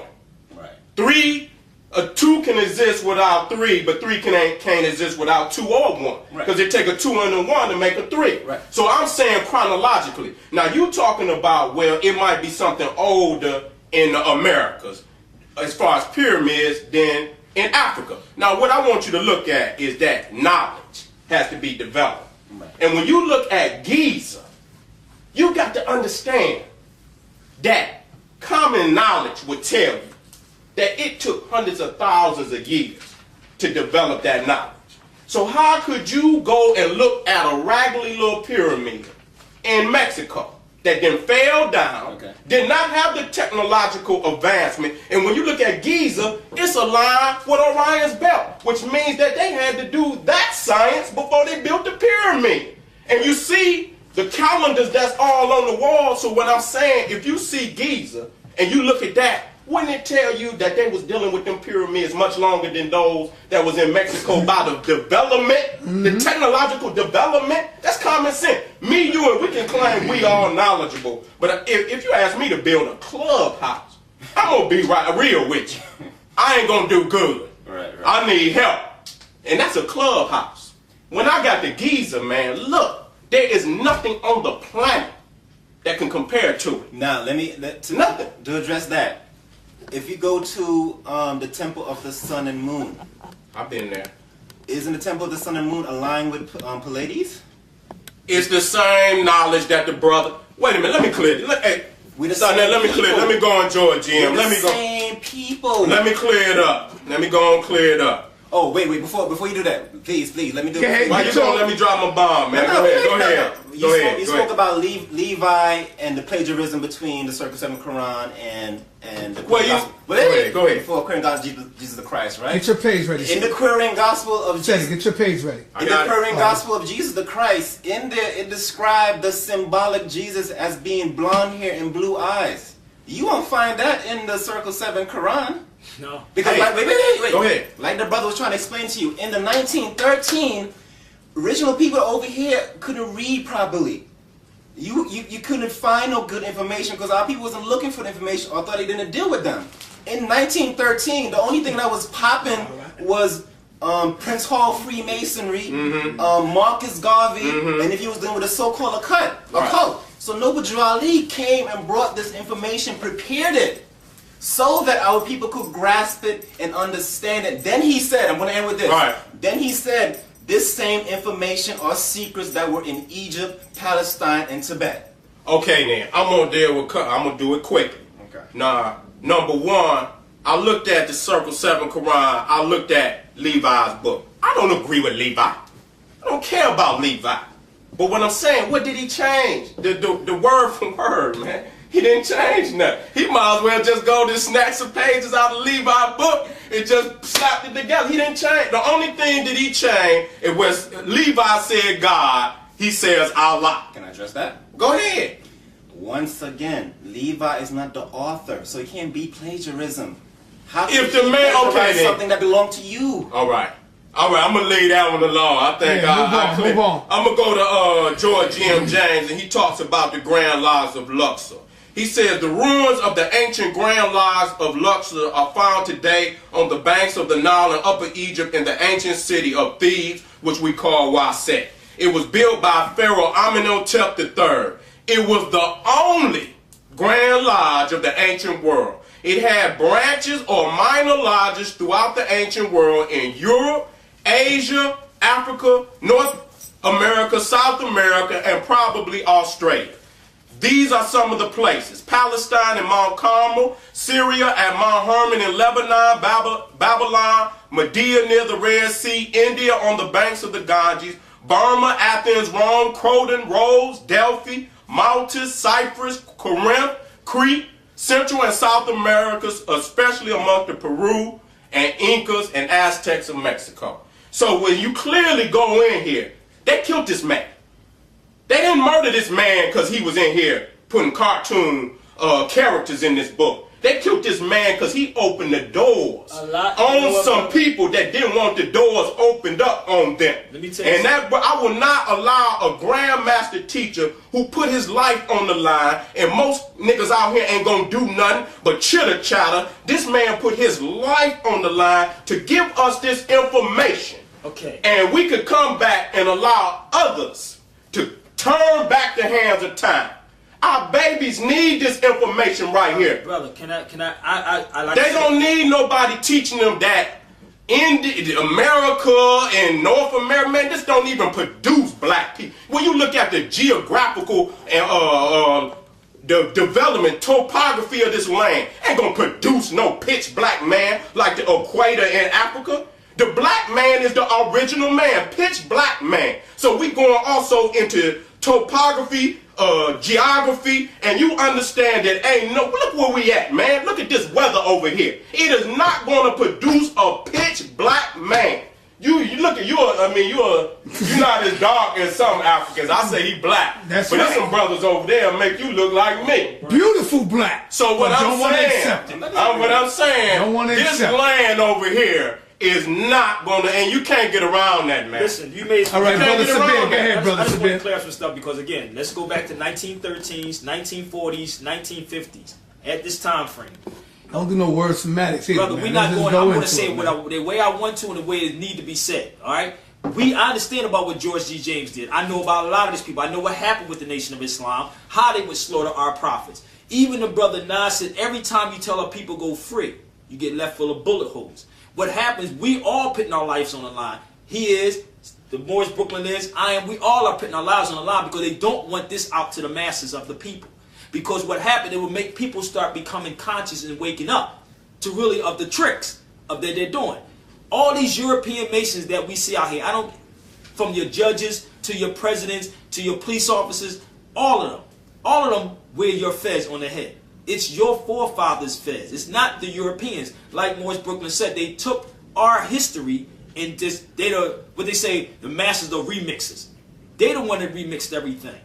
All this history is ours. It's not theirs. We taught them law. We taught them science. I heard Seti say that we were the mothers and fathers. Yes, didn't Noble Drew Ali say that? We the mothers and fathers of civilization. So we did teach the European. But what happened? We were falling back to sleep, and we falling asleep today. Noble Drew Ali also said that he was an Egyptian priest or something like that. Adept or priest. Egyptian adept, but he never talked about ancient Egypt. But brother, I mean, how can you be an Egyptian adept if you read but you don't story, teach? Hold up, brother. How can you? All right, go ahead. I'm gonna ask you that question. So go ahead. If you read Noble again, Noble Drew Ali, there's a lot of stuff that took place, and I'm cutting into this because a lot of stuff took place. If anybody want, I don't know if you saw this neither. If you want to know anything dealing with the history of the Moors too, about the slimy and the stuff that was taking place, this book here, The Sacred Drift, will get into what took place at that time. Noble Drew Ali had many other documents that was out beside the Circle 7 and the questionnaire. It just wasn't around. Again, we doing the exact same thing that happened in the 1920s, man. We don't see it. I was sharing this with Seti. I said, we doing the same fighting back and forth with each other. So the European is watching this saying, look, we're going to make one group go against the other group. I told him I would with him because he's a soldier. We've been going against ourselves even before the white man. I mean, you look at the story of Hassan Seti. It's before that. So I mean, so a lot of a lot of people try to make it seem like, say, Seti, you shouldn't be going against the Moors because you in this fight.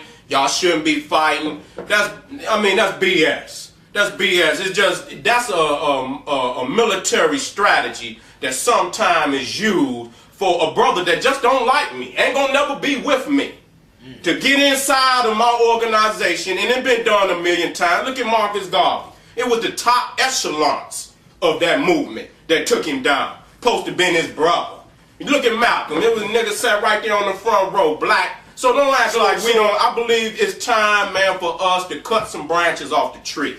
I feel like this. Hold up, you go ahead. All right, if the Moors could come out in the open podium and say, fuck that black nationalist bullshit, fuck that black power, we ain't black, fuck black power, then you just opened the door for all the black nationalists to come out and attack you. Let me say so, not you personally. So you may not have personally said that, but brother, we have every right to defend the greatness of Marcus Garvey. He was a black nationalist. You just said fuck Malcolm. You said fuck Khalid. Fuck Harriet Tubman. Okay, so we want to go there with Khalid. Let me tell you something, and I wish I'd have brought that article. Number one, Khalid Muhammad, before he transcended, said he's a Moor and have sense enough to know he's a Moor. You keep saying that, but he said he's a black Moor. Brother, he said he was a Moor regarded, and this will be on that clip. Since you won't put it on there, we're going to put it on this clip for everybody to see. Also, let's talk about this. He also, when Noble Drew Ali visited Marcus Garvey in jail, Marcus Garvey told the Garveyites, and I'm trying to get that article to go to the Moor side. Dog gave my homework. Okay. I brought the philosophy and opinions of Marcus Garvey right here with me. Okay. I come with my bombs. I come with my bombs. I come to Detroit, because I knew you was going to bring it up, so I brought the God with me. Bring it to Detroit with me. Bro, you should have brought it today for the people. Okay. That's right. You know you was coming today, bro. Let me tell you Stop something. straddling the fence, I don't bit. straddle any fences, brother. Anything. I don't straddle no fences. Go ahead. Let this brother ask the question. Being that all three of y'all here, this ain't cool. What's the solution? Thank you. That's what I was agreeing. Ask the question again. What's the y'all solution? here for a reason. What is the solution? And I was going to come to that as soon as all this calmed down. What do we do? Because it's a lot of bickering. It's going to be bickering. Everything real. Yes, a lot of bickering. It's going to be bickering. And that it has to be ironed out. Well, brother, as long as you keep teaching our babies that black means death and white means purity, it's going to always be some goddamn bickering. But the thing about it, though, Sonetta, it's like we have to find out. Y'all, if I say... If you can come out and say that in the open, we got to defend that. Brother. If I say, look the word up, you're going to flip it and say, it's the white man's dead. And it is. So what I'm saying... Because that's his definition. So what is the point of doing this? Well, when you tell me to look it up, I can look it up. Okay, black is color, culture, consciousness, and they correspond in cosmic... I just said it. But I asked you I just said it. But where can the masses of the people look this up at? The masses of the people that's looking at these DVDs. See, the want to word find out semantics. where. But through your teachings, Don't do that. through your He said teachings, that's- he through said your that's words, teachings, right? through our teachings, He brother. said his words. He said Through that's our semantics medium. now, right? Through our But you medium. said that there's a word game. Semantics and word game is basically the same thing, but he's saying his word. I mean, some word game. You saying Don't try to put me against my brother. I have a question for you, brother. No, Don't do bro. that. I'm gonna share with you what is going on. I have a question for you. We're gonna move on. We're gonna move on because that's 12 minutes on this tape. I have a question for you, brother. The Moors teach that they control the 7 seas. If that's true, what part did the Moors play in controlling the slave ships? And how did the white man get through? Did the white man pay the Moors? Let me tell you something. I said this to you before. The cheapest thing you can buy is a stick of gum and a nigga. You can walk out right now on 125th Street and get one to go against the other one right now. So it's nothing. Did the that Moors happened. control the Yes, 7 brother, seas? Listen to what I'm saying. You're not listening. Go ahead. I just said to you, the same thing that happened back then is the same thing that's going on to 2009. You can do the same thing right now. And he just said a person can be in his movement.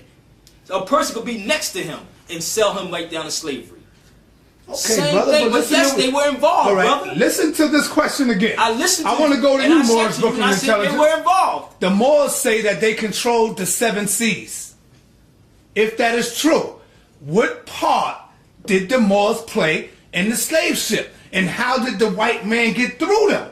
Did he pay the Moors off to get through with the slave ship?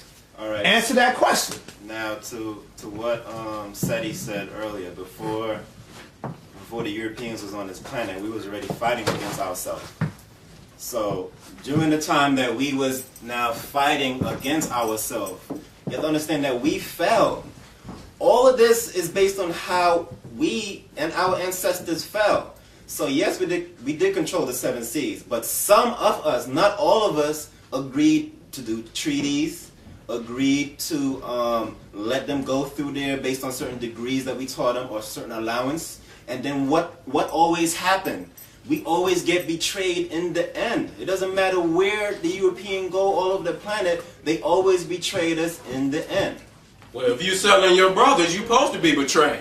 That's right. Because he knows That's if you would sell your brother that you ain't worth nothing to him nowhere. That's right. But brother, a native was selling their brothers out. Indeed, but we're going to deal with our people. Maroons were selling their brothers out. Africans were selling brothers So out. are Moors you- were selling Moors out. So are you We're all proud? the same people, though. Are you proud Of course to not. be a Moor, knowing Wait. that this is what your ancestors have done?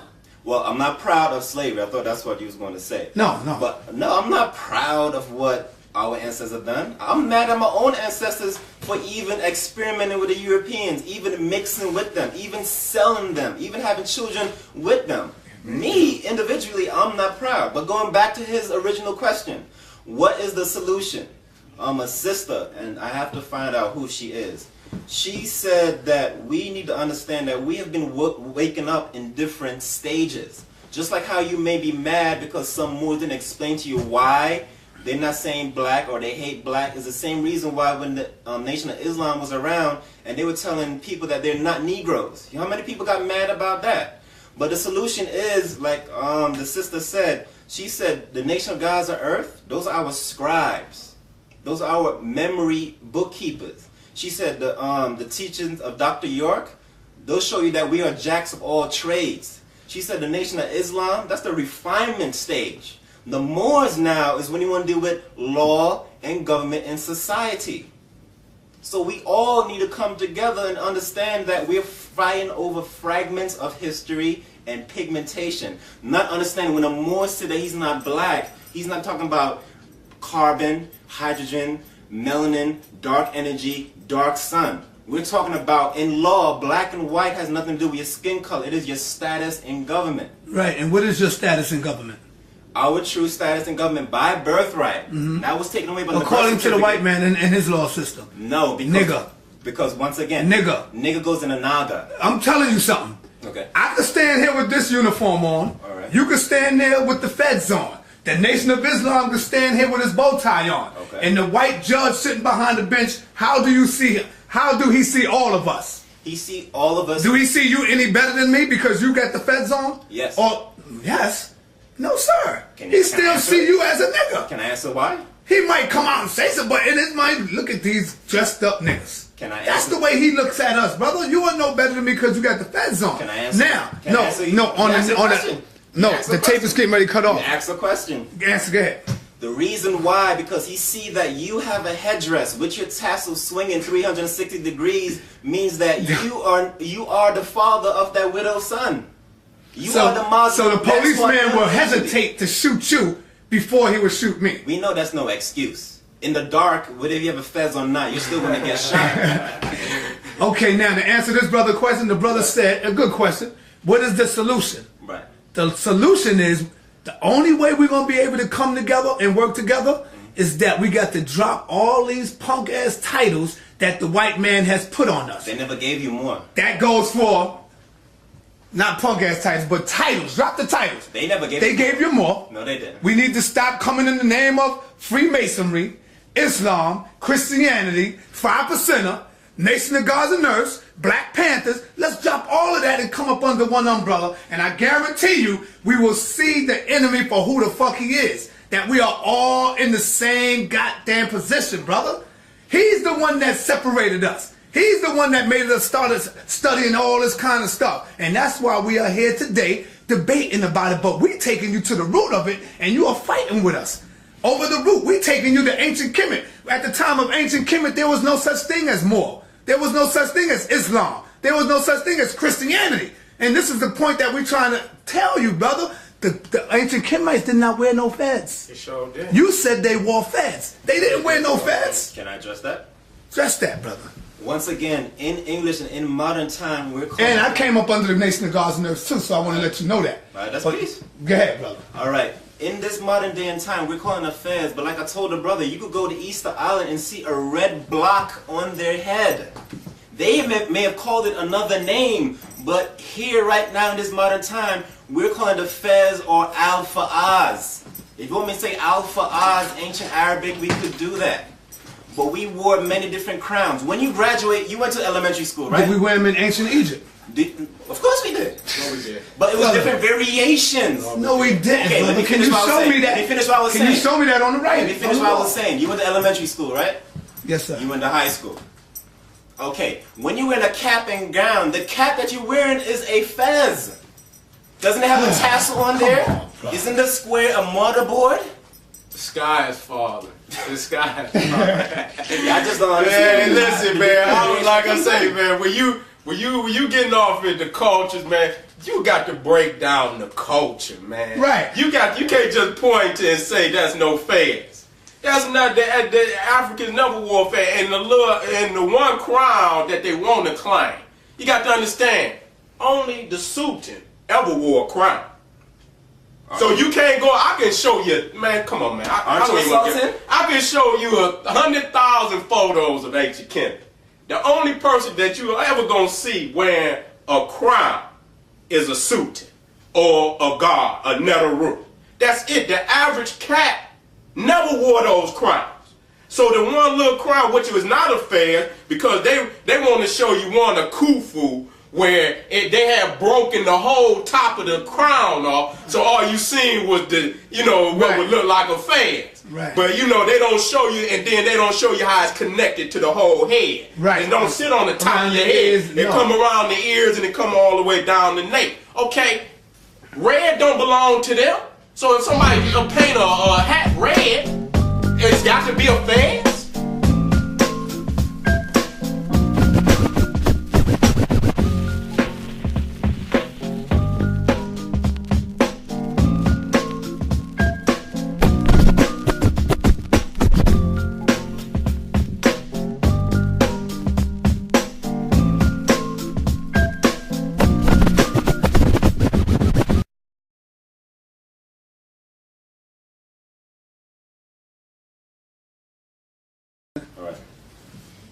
Is the fez red because the fez fell in some paint? Was it originally red when you first had the fez?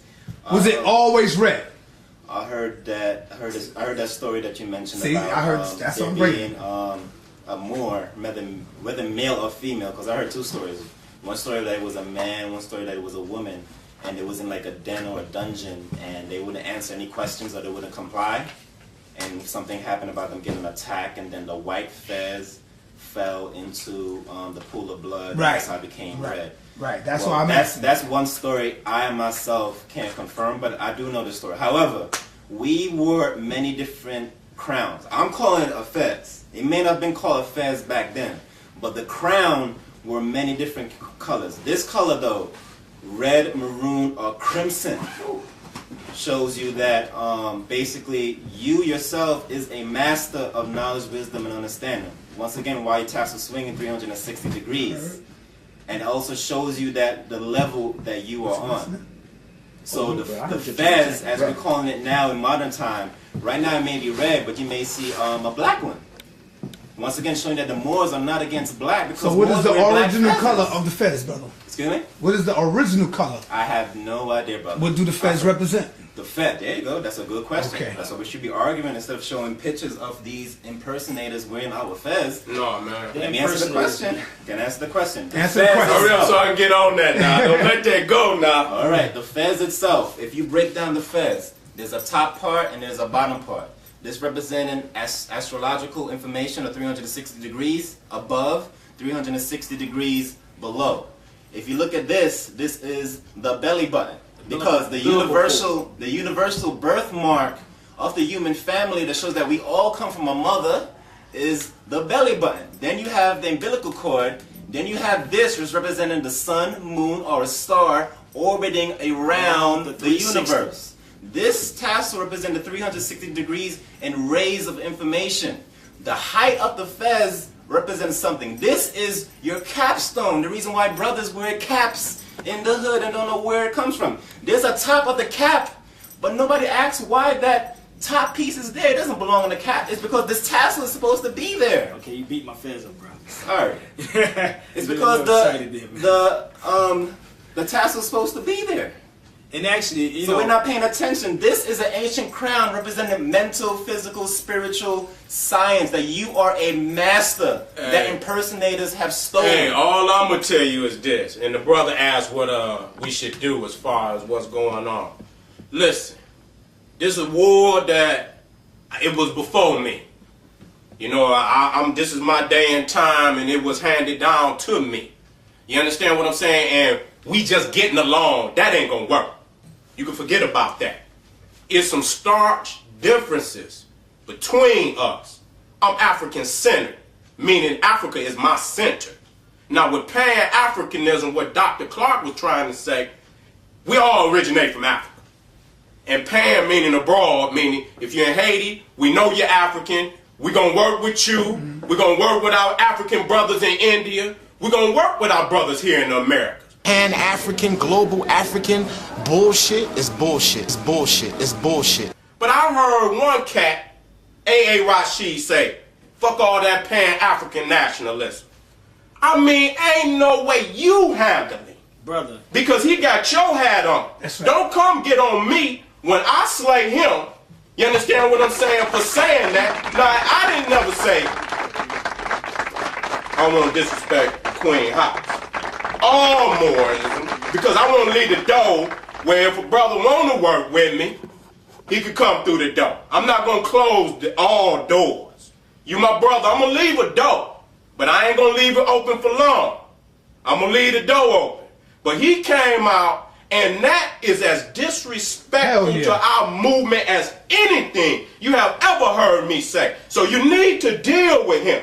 And the reason why a lot of people came at you is because of you disrespecting Noble Drew Ali. It was a response to what I had already heard. We said that. Now, Okay. it was a response to what you heard. But Noble Drew Ali had nothing to do with that. Did he? Listen, you his follower. All right. You his follower. If it come out of your mouth, I'm not going to go double But back see- on everything that everybody said. If he say Leroy sent me and Leroy told you to say that, Did then Leroy- nigga did F Leroy- you and Did Leroy. Noble Drew Ali send? I'm not going back off into that. I said it, I meant it, and I'll say it again if I have to. I don't want to because I'm in this Queen's house. But I meant it, I said it, and I said it in response. Because listen here, my uncle was a Moor.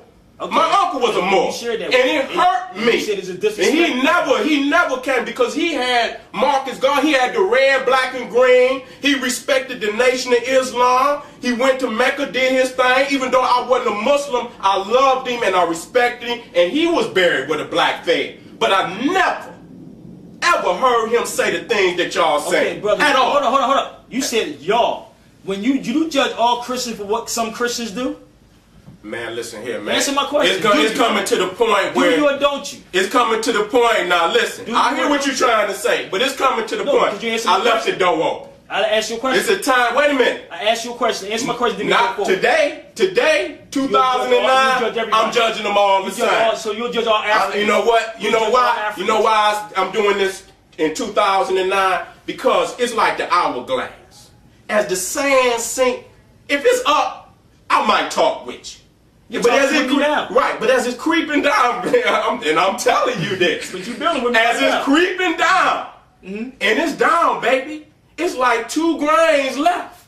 You think I'm gonna sit here and debate? Ain't gonna be no more. What I'm for, and I'm gonna say it on tape, I'm for armed revolt. Well, because we can sit with each other instead of with the European. You're not doing that, brother. I said what you. What you gonna arm revolt for? What is your premise, though? Brother, what is you fighting for? Is you fighting for what I'm fighting for? Yes, you fighting for Africa? I asked you. Will you fight brothers? Will you fight for Africa? They're my brothers. You damn right I would. Let me share something with you, brother. I'm feeling. You sure you ain't my man's who was sent by my man's? You wasn't sent by my man's to come and sit amongst me. Let me tell you, you obviously don't know who I am. Because you got that man hat on. You obviously don't know who I am. Listen, Sonetta. Yeah, let me get to that right quick. You know, this world, I was born into this world. You understand what I'm saying? Let me ask that question again. I want to make sure my camera was on because we just blinked off. The question I have for you, when the brother asks you a question in the street is, how long are we going to keep on blaming the white man? And I see the Morris brothers say, oh man, that's a good question, because I think you support that question too. How long are we going to keep on blaming the so-called white man? Okay, because I don't say white man. Do you support that question too? When he's finished, then we'll answer. Go ahead, brother. Listen, I don't fault the white man for us not doing nothing about our condition. That's right. But as long, because I can go to the point before the cracker put his hands on us, we was doing all right. Until the cracker put his hands on us, we was doing all right. We didn't have no sisters without no husbands. We didn't have no brothers running from the home, not being a father. We didn't have communities where we throw away our elders, just like Dr. Ben. He's now in a old home, old folks' home. And he's one of our greatest scholars of this century. You understand what I'm saying? So I don't blame the white man for us not doing anything about it, but I blame him because we were not in this condition before he put his hands on us. So what it comes down to, it ain't about law. The brothers hanging from them ropes. Why are they hanging from them ropes? Because they don't know law? They hanging from them ropes because the white man is a beast. He's a beast, and I got some photos in here that I can go in and show you his nature. If I show you first, before we even entertain whether we can work together, we got to understand what is your nature, what is mine. What is the white man's nature? What is the black man's nature? See, you keep missing. I'm asking you, what can we do then? Do you go to war right now, walk out the door and go to war? See, Sabir, let me ask you this. What is the solution? Do you see the white man? Do you see the white man, Sabir, as your brother? No, I don't use him as a stumbling block. You saying as my brother. I don't judge a brother because of the color of his skin. Number one, I judge him on their conduct. Period. Sabir, brother, the question I'm asking, because I answered it before and you just came out and said yes. And I answered. So now, I'm answering your question. Do you see? So how can me and you fight together when you see this beast as your brother? Let me share something with you, bro. You got majority. You just told me we ain't gonna go there with that one, but we have brothers on the police department. We have brothers in certain positions that is treating our people like crap. Right now, brother, don't straddle the fucking fence, I'm not straddling the fence. I'm asking you this: do you see the white man as your brother? Yes or no? I judge him on his conduct. Oh no! Come on, man. Judge everybody on their conduct. Everybody. Let me go. You don't know his conduct after 6,000 damn years. Listen, brother. Hold up, brother. I was shot 5 times. The damn sure wasn't from a European. It was from 2 brothers. All right. We understand. Morris Brooklyn. Do you see the white man as your brother? he's not our damn brother. Okay, Here you go. Just now, smart thing. Now, that proves my point from the last question I had. If I was to get 6 Moorish brothers and sit them in a room from different states and ask them a question, hold up, and ask them a question, you will all be in here debating one another. You know what? On what is right and which one is wrong. I answer your question the way you wanted me to, but I said I don't use them as a stumbling block. No, I watch everybody, not just the European, bro. When I say that, I'm talking about all of us. This brother just said he made some comments about a gate and a door and talking about people being around him. Brother, this is, I mean, what are we solving here? Are we talking about going out here right now? Hold on, bro. We ain't gonna go there. I'm talking about right now. Are we going out here right now? Are we going to LA right now for this brother that just got shot down? Are we just running our mouths, brother? Come on, be for real. That's my uncle. So you know I don't never lie. Brother, he got that on right there. Okay then. Isn't that the same? Okay, but I never heard him say the things you say. So when your brother said he tell you correct this brother. Okay, you see never that heard, black fan? Hold up. You never heard me say that with you. You never heard me say. I talk. Do y'all put that star on y'all? Hold on, fans second, like brother. that? Let me clear something up with you. I'm very close with Pan Africa with the Pan Africa movement. I'm very close with the 5%ers, brother. So don't go there. I want you to be My close. right Is here. you in? Brother, I'm here with That's this brother. Right. This brother can bear witness. You right can't here. be straddling the fence. Brother, I don't straddle this on brother. both sides. Are you in, brother? Shakim, would you please share this information with them? Because this brother came out of the gods of the earth. Or it's still in there. Okay. So, brother, I don't cause no separation. When I spoke with him on the phone, I told him the same thing. I don't get in front of a camera and say something different. Because everything that I'm saying, that's why he said don't bring up what we talked about on the phone. Alright? So I don't go in one spot and say something different and come in front of everybody and say something totally different. That ain't my MO. No, that ain't what I'm saying. That's why I asked the question. That's what I'm saying, but that's slight because if I'm talking to you as a brother, I might lower my guard.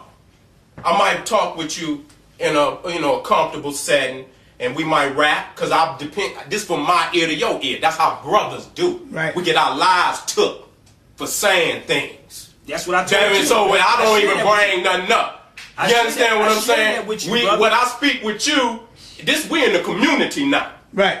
And I gotta speak for the community. And I agree with you. And you understand what I'm saying? You got to also know this, because I said if you watch the history of Elijah Muhammad and Malcolm X and Khalid Muhammad and all that, we cannot allow and keep on allowing this same thing to keep happening.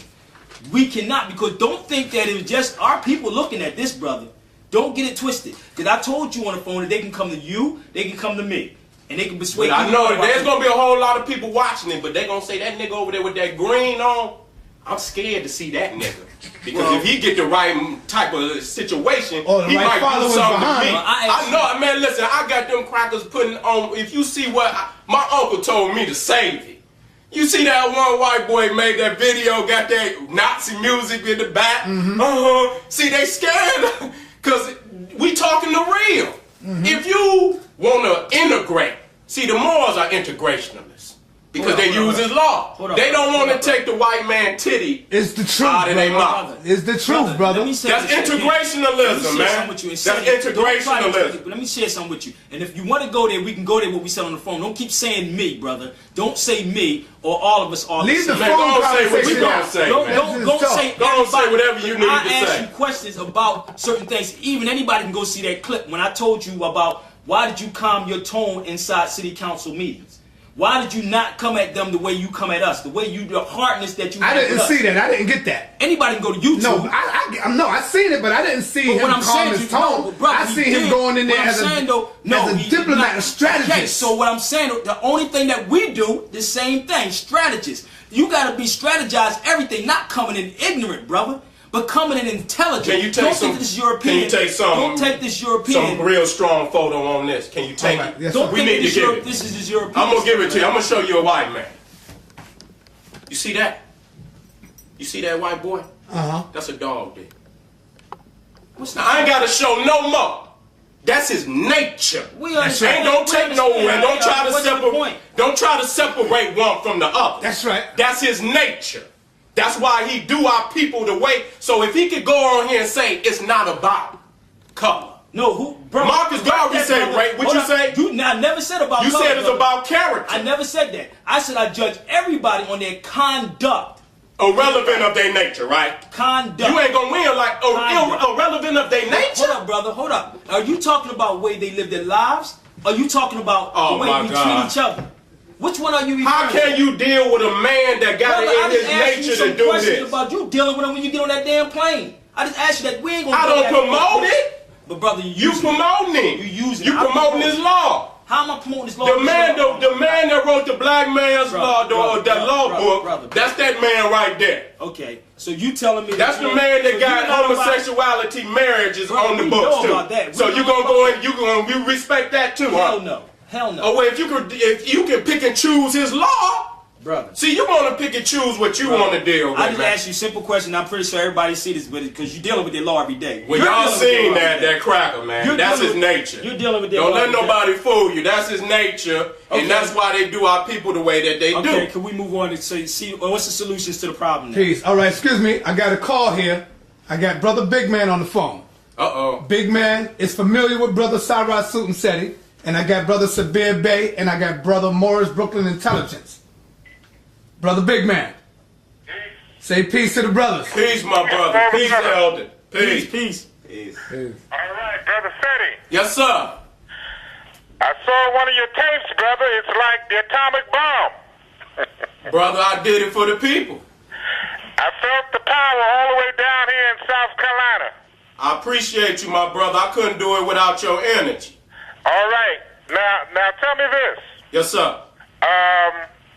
I don't know whether Brother Sa brought this question up yet, but I wanted to know what part did the Moors play in the controlling of the slave ships coming across the Atlantic Ocean? All my research, brother, that what I got from Dr. Clark, even if you get the Moors after Spain. They were what you want if you want to call them pirates. I don't want to use that name. That's what the white man called them.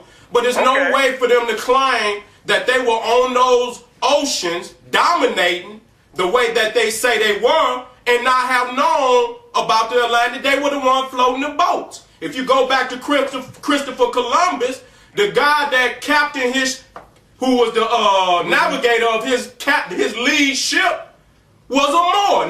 Nino Alonso, whatever the brother name was. They also called him an African. He was a Moor. They called him an African. He was a Moor. Okay, now you want to play the word game. I know. You playing the word game. Save that, man. Save that. If you He's a Moor. And you want to get on the phone and call people, I can get on the phone right now. Brother Big Man. Don't try to hang up with him now, dude. Do you have a question for the Moor brother? Brother Sabir? I have a question for, it's two Moors there? Yeah, it's two Moors here. See, relax. You gonna get it. Come on.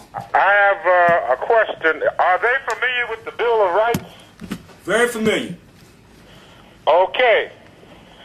Now, I have a copy of the Bill of Rights in my hand. And First Amendment, Congress shall make no law respecting the establishment of religion or prohibiting the free exercise of or abridging the freedom of speech or the press, or the right of the peaceful people to peacefully assembly. Now, when you run down this whole Bill of Rights, if you're familiar with it, do you really believe that these laws are really for the original man? Do the original man really experience these laws as far as the First Amendment, the Second Amendment, the Third Amendment, the Fifth Amendment, the Sixth Amendment, and as we go down the line?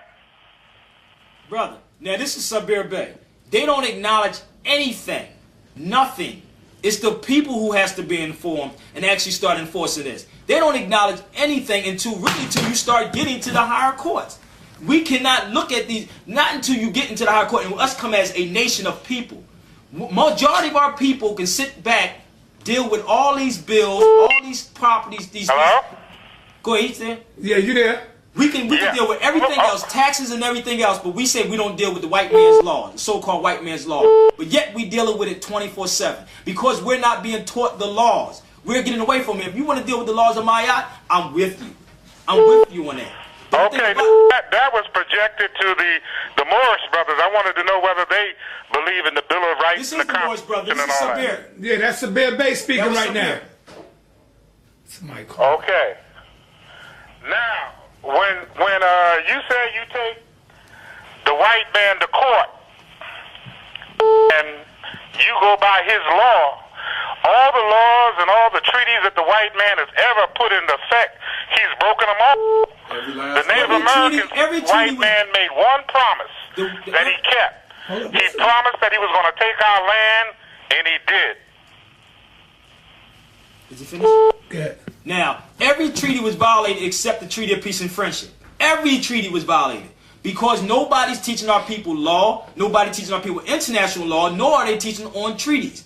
Again, if we don't come together as a unit, as a body of people, not this fragmented crap that is going on, we are not going to get anywhere. Salve, can I ask you a question? This is a serious question. If you acknowledge that it was the slave trade, how could you sign a treaty with a beast? You go down the side of the spot and see them posters and them brothers and hanging and lynching. And how can you sign a treaty with a beast? Brother, we doing that to our brothers. We weren't there. You got cats signing stuff right now with our people. You don't get it. Right now, you have mayors, governors, presidents signing things right now. So what is the difference between what happened then and what is happening now? Well, why you promote his law? Wait a minute, brother. Because we deal with law every day. I said to you, when you got on the plane, brother, they asked you for credentials from where? This is all I'm asking you. It's like, this is simple, but he's he's avoiding it. I understand I'm in prison. I understand I'm in prison. Okay, though. We understand that too. I understand that. Then know the game. Know his game. Know his game and expose the game. Expose him. Just educate your people. How many of our people get caught up in this tax crap? How many of our people don't understand the driver's issue? How many of our people get caught up in this every day? And how to deal with it and how you get out of it? This is what we must teach our people, man. Because we deal with it 24/7. It seems like you want to work within the system. You don't want to topple the pecking order. Well, until you create the system. But if you don't start working on it, what is you working on? We are. How you going to do it, man? Tell me what you doing. We got. Well, no, you ain't gonna get me on camera to see you. See? Man, you don't want to get on you camera. Might be, man. I believe Ali Muhammad might have sent you on up here, man. I was trying to work with you, man. Answer your question about the treaty, though. about the treaty, right? We sign treaties with ourselves, and we also sign it with them. Once again, we don't know why our ancestors did that. They were Africans signing treaties with the Europeans. They was traders. I know natives signing treaties they with were the traders. Europeans. There was natives. Everybody around the planet was signing treaties with them. But some of the treaties were being signed so that we wouldn't go and have beef with them anymore. Why not? Our people is in chains and shackles, and you signing treaties with them, brother. What part do you don't understand? Ain't no treaty to be signed. The thing that you guys don't understand is the bigger picture and the complete picture. Hold up. Are you telling me this? Of war. No, listen to me, brother. We were prisoners of war. You got me. You got my babies, you got my families shackled in the goddamn slave ship, and I'm looking up at you. And you signing treaties with the white man, and you go about your goddamn business, leaving my babies to be slaughtered. Right. So what is you talking about? You don't see what the picture, the bigger picture here. You don't see yourself as a traitor, as a snake. Who's a you? I'm talking about the Moors. You don't see them as a snake, as a traitor, as a low life. Not all Moors was doing that. They have books that shows you that there were dark people who were slave masters that was exchanging pale slaves for dark slaves and setting them free. What about that? Let's move on. Here's a question I have for you. I ain't even get to the Moors questions 101 yet. I'm getting ready to get to that in a minute. No problem. All right. I have this question for Sabir, but he ain't here. I want to ask him too. Moorish American.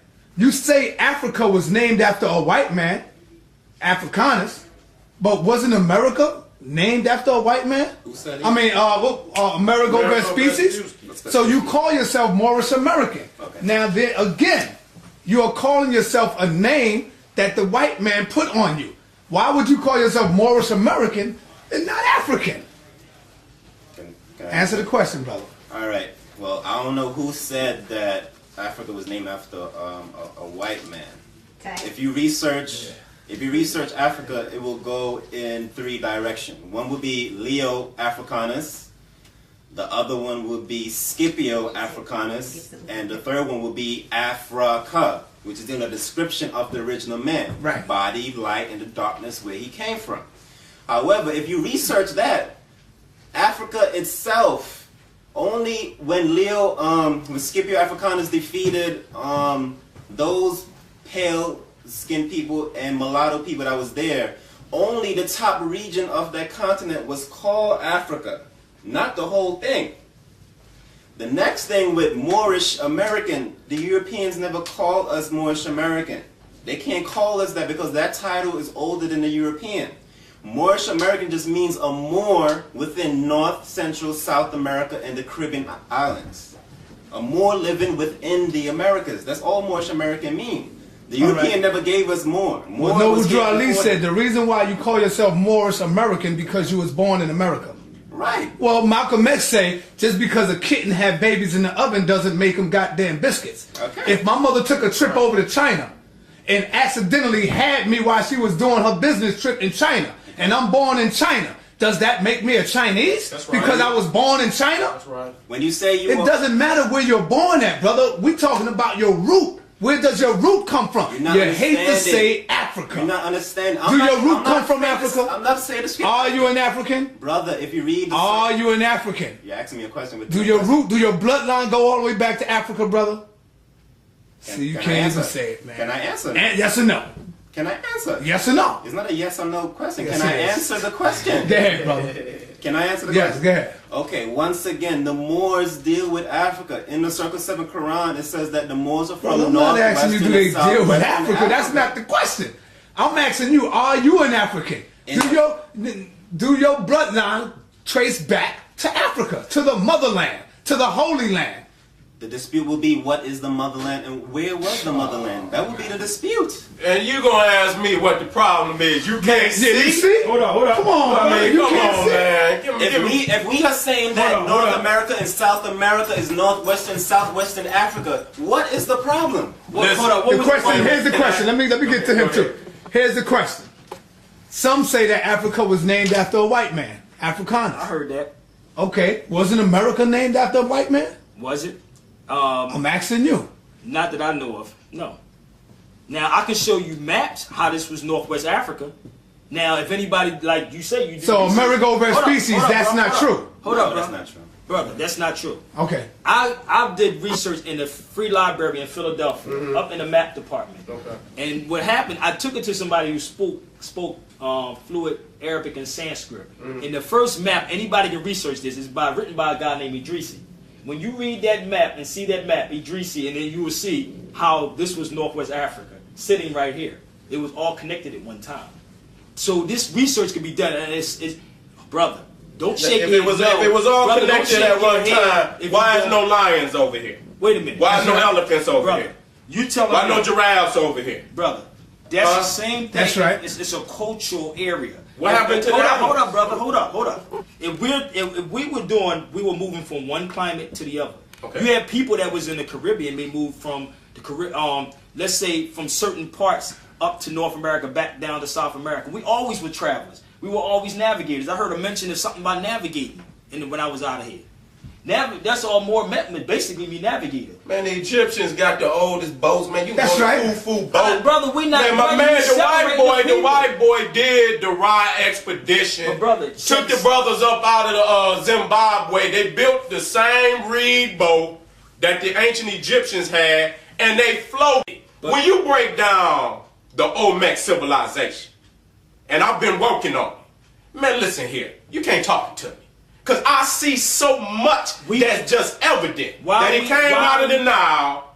It's ridiculous for you to even argue it. Brother, why are you still making a separation between the Egyptians and the Moors? I just showed you some stuff. Because I'm dealing just like my mother. See, my mother came before me. She created me. I didn't create her. I'm going back to numbers. That's right. Because this is chronology. What I'm like saying Dr. right B got now, this chronology of the Bible. Brother, so you got dates in here. And you got right here. 570 A.D. Birth of Prophet Muhammad. He wasn't before Jesus, even though I don't believe in Jesus, but according to chronology, Jesus came around, 1 A.D.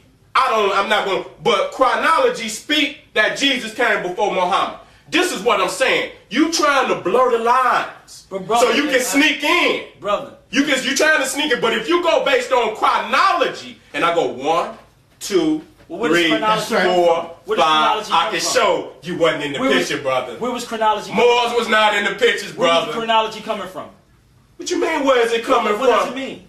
Listen, the ancient Egypt, you want me to show you the calendar? I asked you, don't show me. I asked you what I'm dealing with a 365-day calendar. What does it mean? It means my mother came before me. That's what it means. I thought it means to study up. Chronology means, see, you want, I'm keeping this, make it plain. Come on, man. That's plain. Make it plain. Severe. Make it Stop plain. it, man. Stop it. Right Make it plain. That was plain. For the babies out Come there, on, man. chronology means Study up. my mother came before me. Oh my gosh. Her mother came before her. That's what it means. And you keep it in that order. You understand what I mean? What I'm saying is Egypt can exist without the Moors, but the Moors can't exist without Egypt. That's right. That's what I'm saying. Okay, so let's go here then. If that be the case, Which it is. Hold up, bro. Which it is. I just said with you.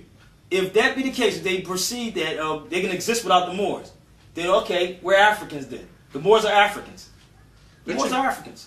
Well, then they would acknowledge their history. So you saying that we don't Matter of acknowledge fact, our let me history? be clear Hold on, about brother. it. You saying we don't acknowledge our history? The historical Moor in Spain was an Orthodox Muslim. We're not going. Let's be clear about that. About you see the Quran writings all over their mosque and whatnot. So they were not teaching what you're teaching. Brother, but what I'm sharing with you, if I go to... So I don't believe the historical Moor was saying he came from North America. Do more research than no, it ain't. I ain't got to look for it because you can see the writings of the So, Quran. Brother Sabir, will the historical Moors say they came from North America? Yes, they would. In Spain. Hold up. Let me give you this whole history on it, first of all. All right, go ahead, brother. When you have Moors that was in North Africa who traveled to Andalus, which you can swim there, just like you can swim from Jersey to Philadelphia. That's the distance that you have. So what makes you think that we didn't travel to those places? And after they came in and we were fighting, we left one part to come back over here with our brothers. Because now you're separating our people again. What makes you an American, brother? The Africans. Because my mother was born here, my great-grandmother was born, my great-great-grandmother was born here, Now, brother. does that make sense to you? Because you was born here. Brother. I asked this brother a question. If my mother was to go to Korea or to China, hold on. Listen, man, let me finish, brother. and have me over there in China. That don't make you Chinese. Because I was born I there. agree with that part. All right, but you just said you're American because you was born Let me here. finish this thing, Go bro. ahead, finish. My family are Cherokee Moors. My family are Cherokee or Ananoawiat, if you want to go to the indigenous name piece. All right? I've sat with my grandmother 106 years old. Are you a slave? She's trying to say, I'm not a European. Are you a slave? I'm not a European, brother. I just told you what that word slave means, brother.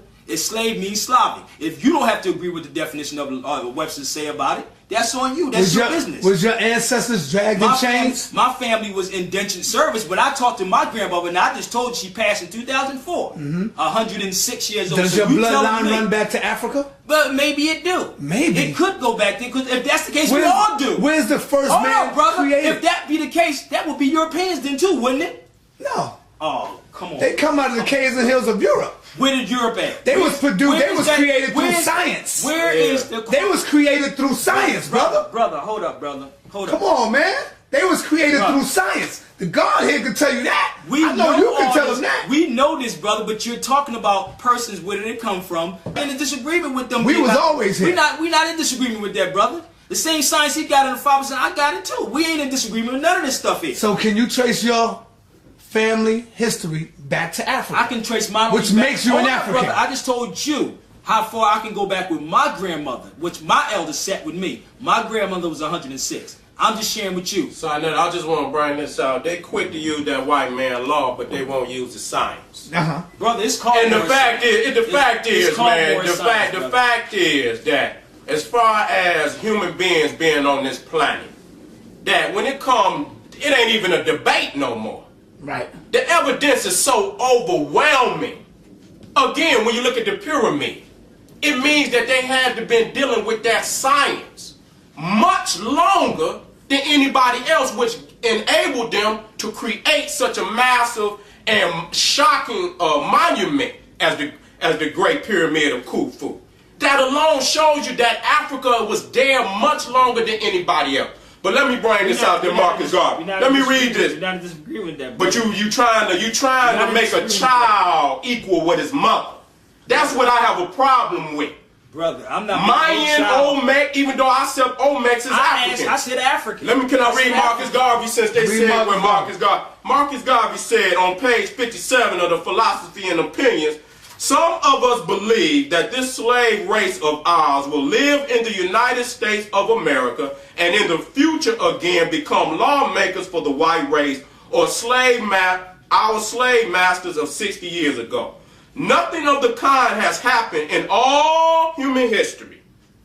There is not one instance where a slave race living in the same country within the same bounds as the race of masters that enslaved them and being in numbers less than the race of masters has ever yet ruled and governed the masters. It has never been so in history, and it will never be so in the future.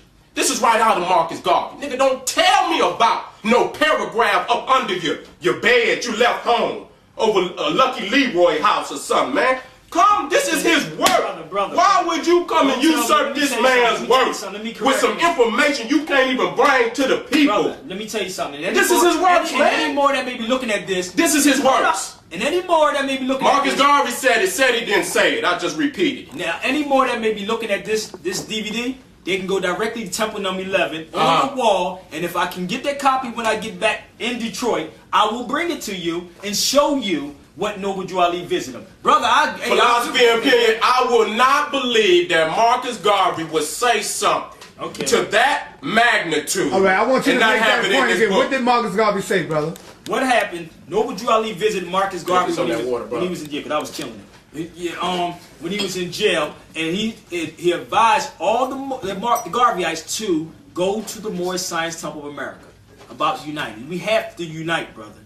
It's about uniting. It's not about separation. Hold up, say that again, because I was distracted. Marcus Garvey? Noble Drew Ali went to go visit him in jail when he was locked up. You remember he was locked up, and advised all the Garveyites. Anybody who's from Temple number 11, if we can get those copies, and I'm gonna have it when I go to Detroit. He advised all of the Garveyites to go to the Moorish Science Temple. I don't agree with that. That's on you. Right, but you know what? I'll bring it to he you. He could say that, but that don't mean Marcus Garvey did that. I just want to clarify that a lot of these. But you know what? It's possible Noble Drew Ali could have went and said that. That don't mean Marcus Garvey went ahead and did that. We don't know. We weren't around. We weren't around. But a lot of what I want to say is that a lot of these teachings that is in this book was after he got out of jail. I just want to clarify that. And he don't talk about it's not in there. But the thing is, if you go get Race First by Tony Martin, he writes in there that a lot of the top members of the UNIA was begging that Marcus Garvey could be let back into the Americas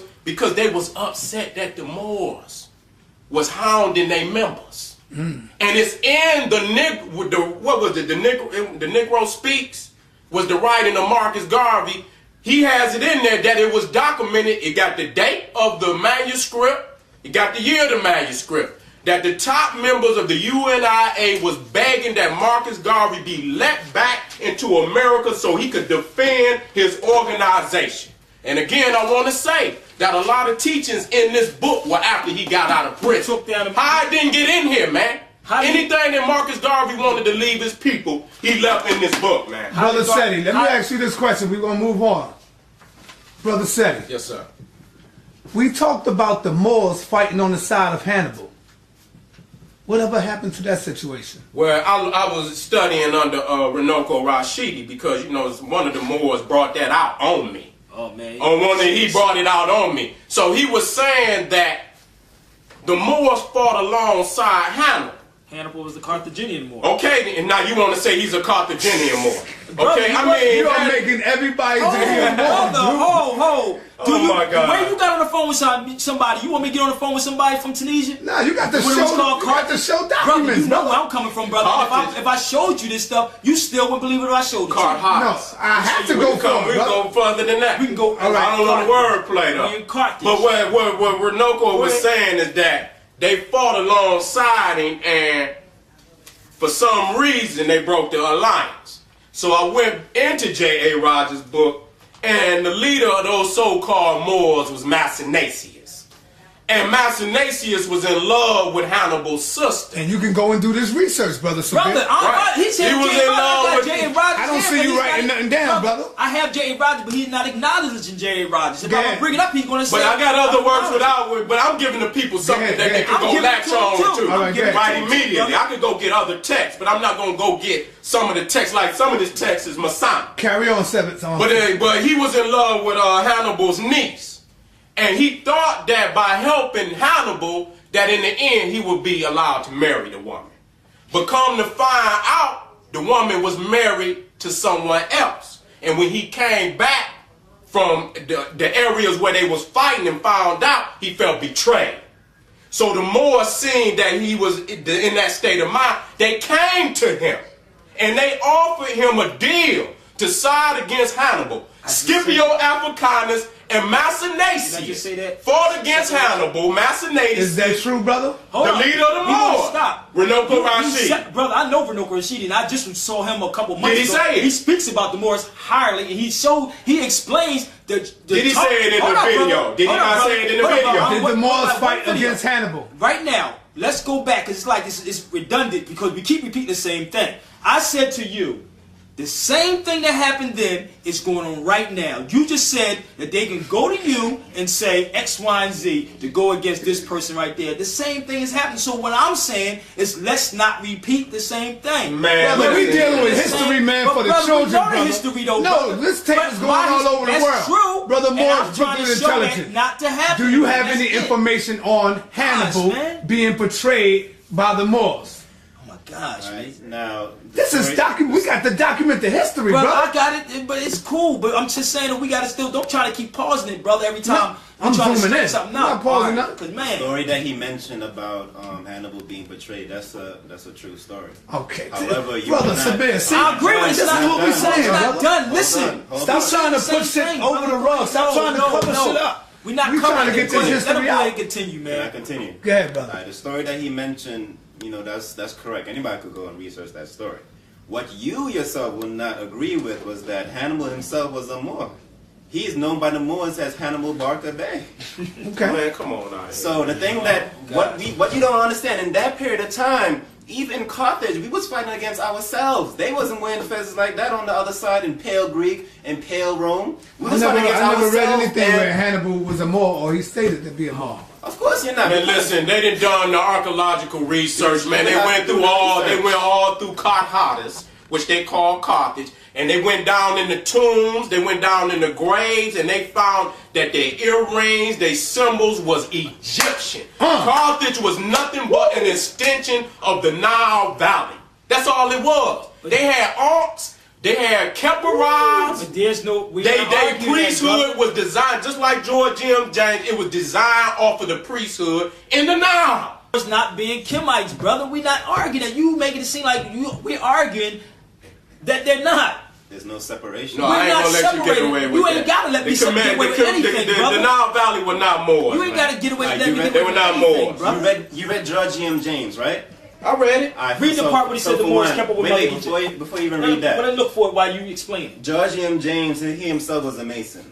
And Dr. Yusuf Ben Yakin said that he learned from George M. James. So for one, George M. James couldn't even say certain things because he already took an oath, which was partly part of his fault.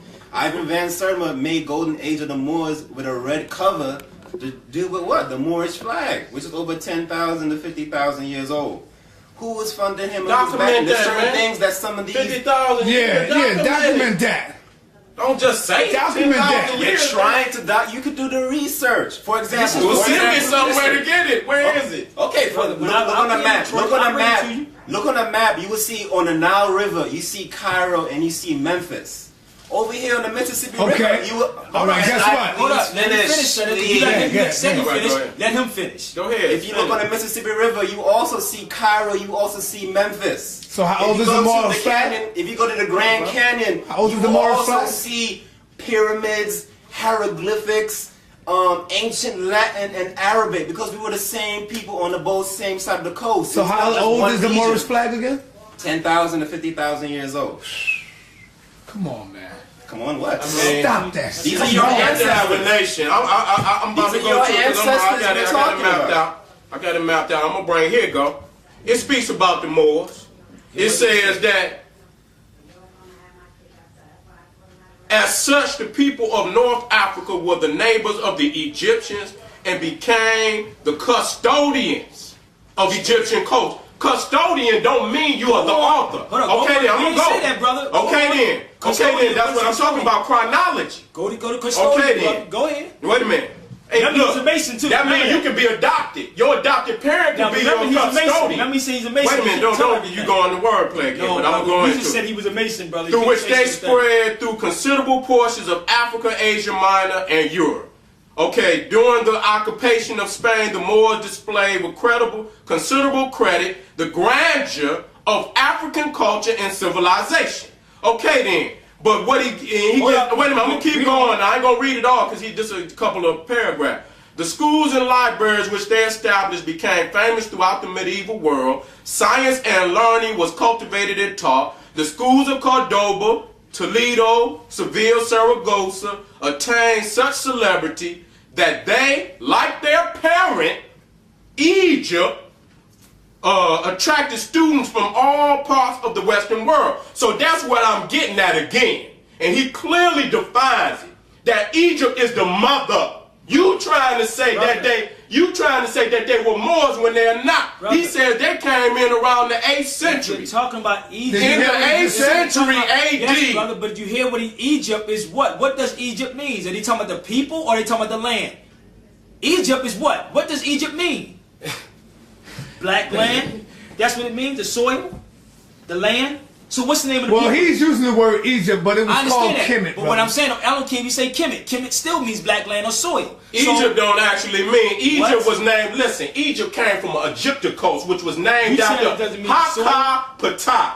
It was named after the soul and mansion of a Kemet. I'm telling you right now. Kemet. Brother. Wait a minute, Kemet is one thing. Egypt was not taken from Kemet. It was taken from Ka Tru. I know all that. Ptah was what you call a pygmy. I asked you the land or the people. Which one? Are you talking about the land or the people? Which How can you separate the land and the people? Brother, because I can be here. You just said it just now. You said, this was America. But Boy, y'all do some acrobatics, man. Boy, y'all some acrobatics. You better do some. Boy, y'all do. The brother said, listen, he says, and he gives you chronology. Listen, go ahead. In the 8th century AD. You're trying to go over here with this bullcrap. In the 8th century AD. Wait a minute now. Let's keep respect here, man. Let's keep respect. You have respect too. Because you saying what I'm saying is bullshit. All right, man. Come on, man. I don't have to cuss to get my point. Wait a minute. Keep your hand that way. I got my hand Keep your hand that way. All right, but come on. Let's move on. Yeah, all right. Keep your hand over there now. You don't have to cuss to get the point. Right, man. In the 8th century AD, the Moors, natives of Mauritania and North Africa, invaded Spain and took with them the Egyptian culture, which they have preserved. I'm through with it. I'm through with it. Now you heard that? I'm through with it. Can I address that? Go ahead. You can address it, but I'm through with it. I ain't got no more argument. All right. Now, once again, we're dealing with somewhere in a certain longitude in the east, in the region that we call Africa.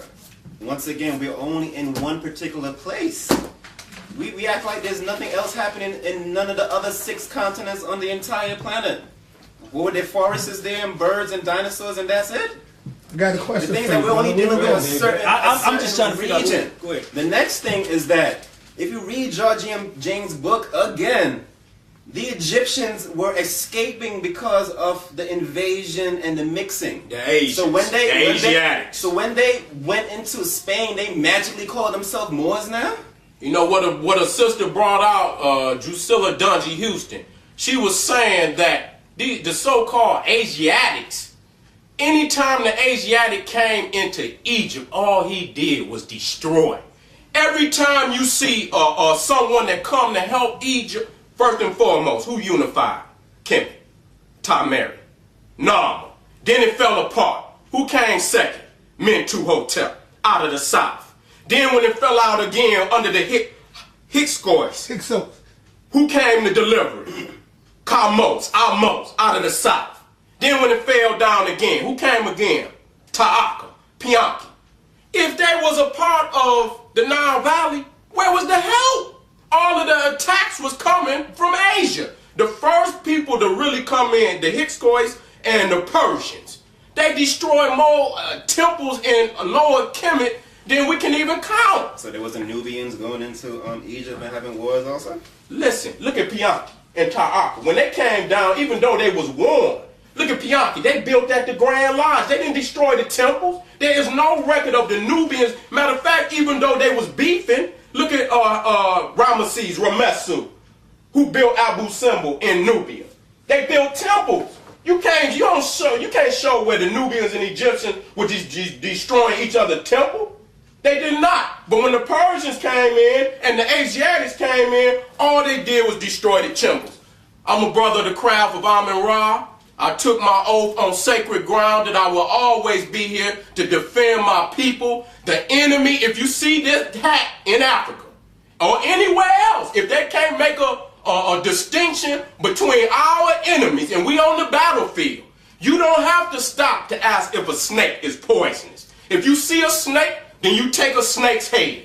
If you in Africa, do any research, anytime a nigga befriended a cracker in Africa, he wore that hat. And if we go to war in Africa, anybody you see with that hat on, take their head. Can I say something? That's my bottom line. Right. And that ain't an attack on my brother as my brother, but if we on the battlefield, ain't no way we gonna stop to ask somebody if is you down. Why don't we go to war with the police that's doing it with the brothers? Them too. All right, Why don't we go Sabir, the question I have for you is this here, brother. Spaceships. What is your opinion on spaceships? Do you believe in spaceships? No, that's somewhere else, man. I don't What even about you, brother? Morris Intelligence? We could go to anywhere in North America, Hawaii, Australia, Egypt, Central America, South America, Africa. We ourselves were making so-called crafts and flying around the planet. In the temple of, I forgot the name of the temple that Star Wars is after, you could see the actual glyphs of crafts. And what temple is this? Abydos. I'm not really Again, sure. brothers and sisters, no spacecrafts in Abydos. I was there 3 times. I'm not sure You got to understand that I got many pictures where the air is over there carving.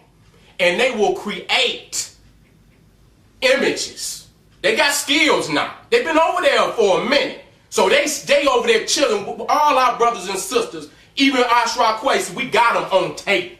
You think we gonna go over there and see our enemy in action and then gonna come back here and debate that we didn't see what we saw?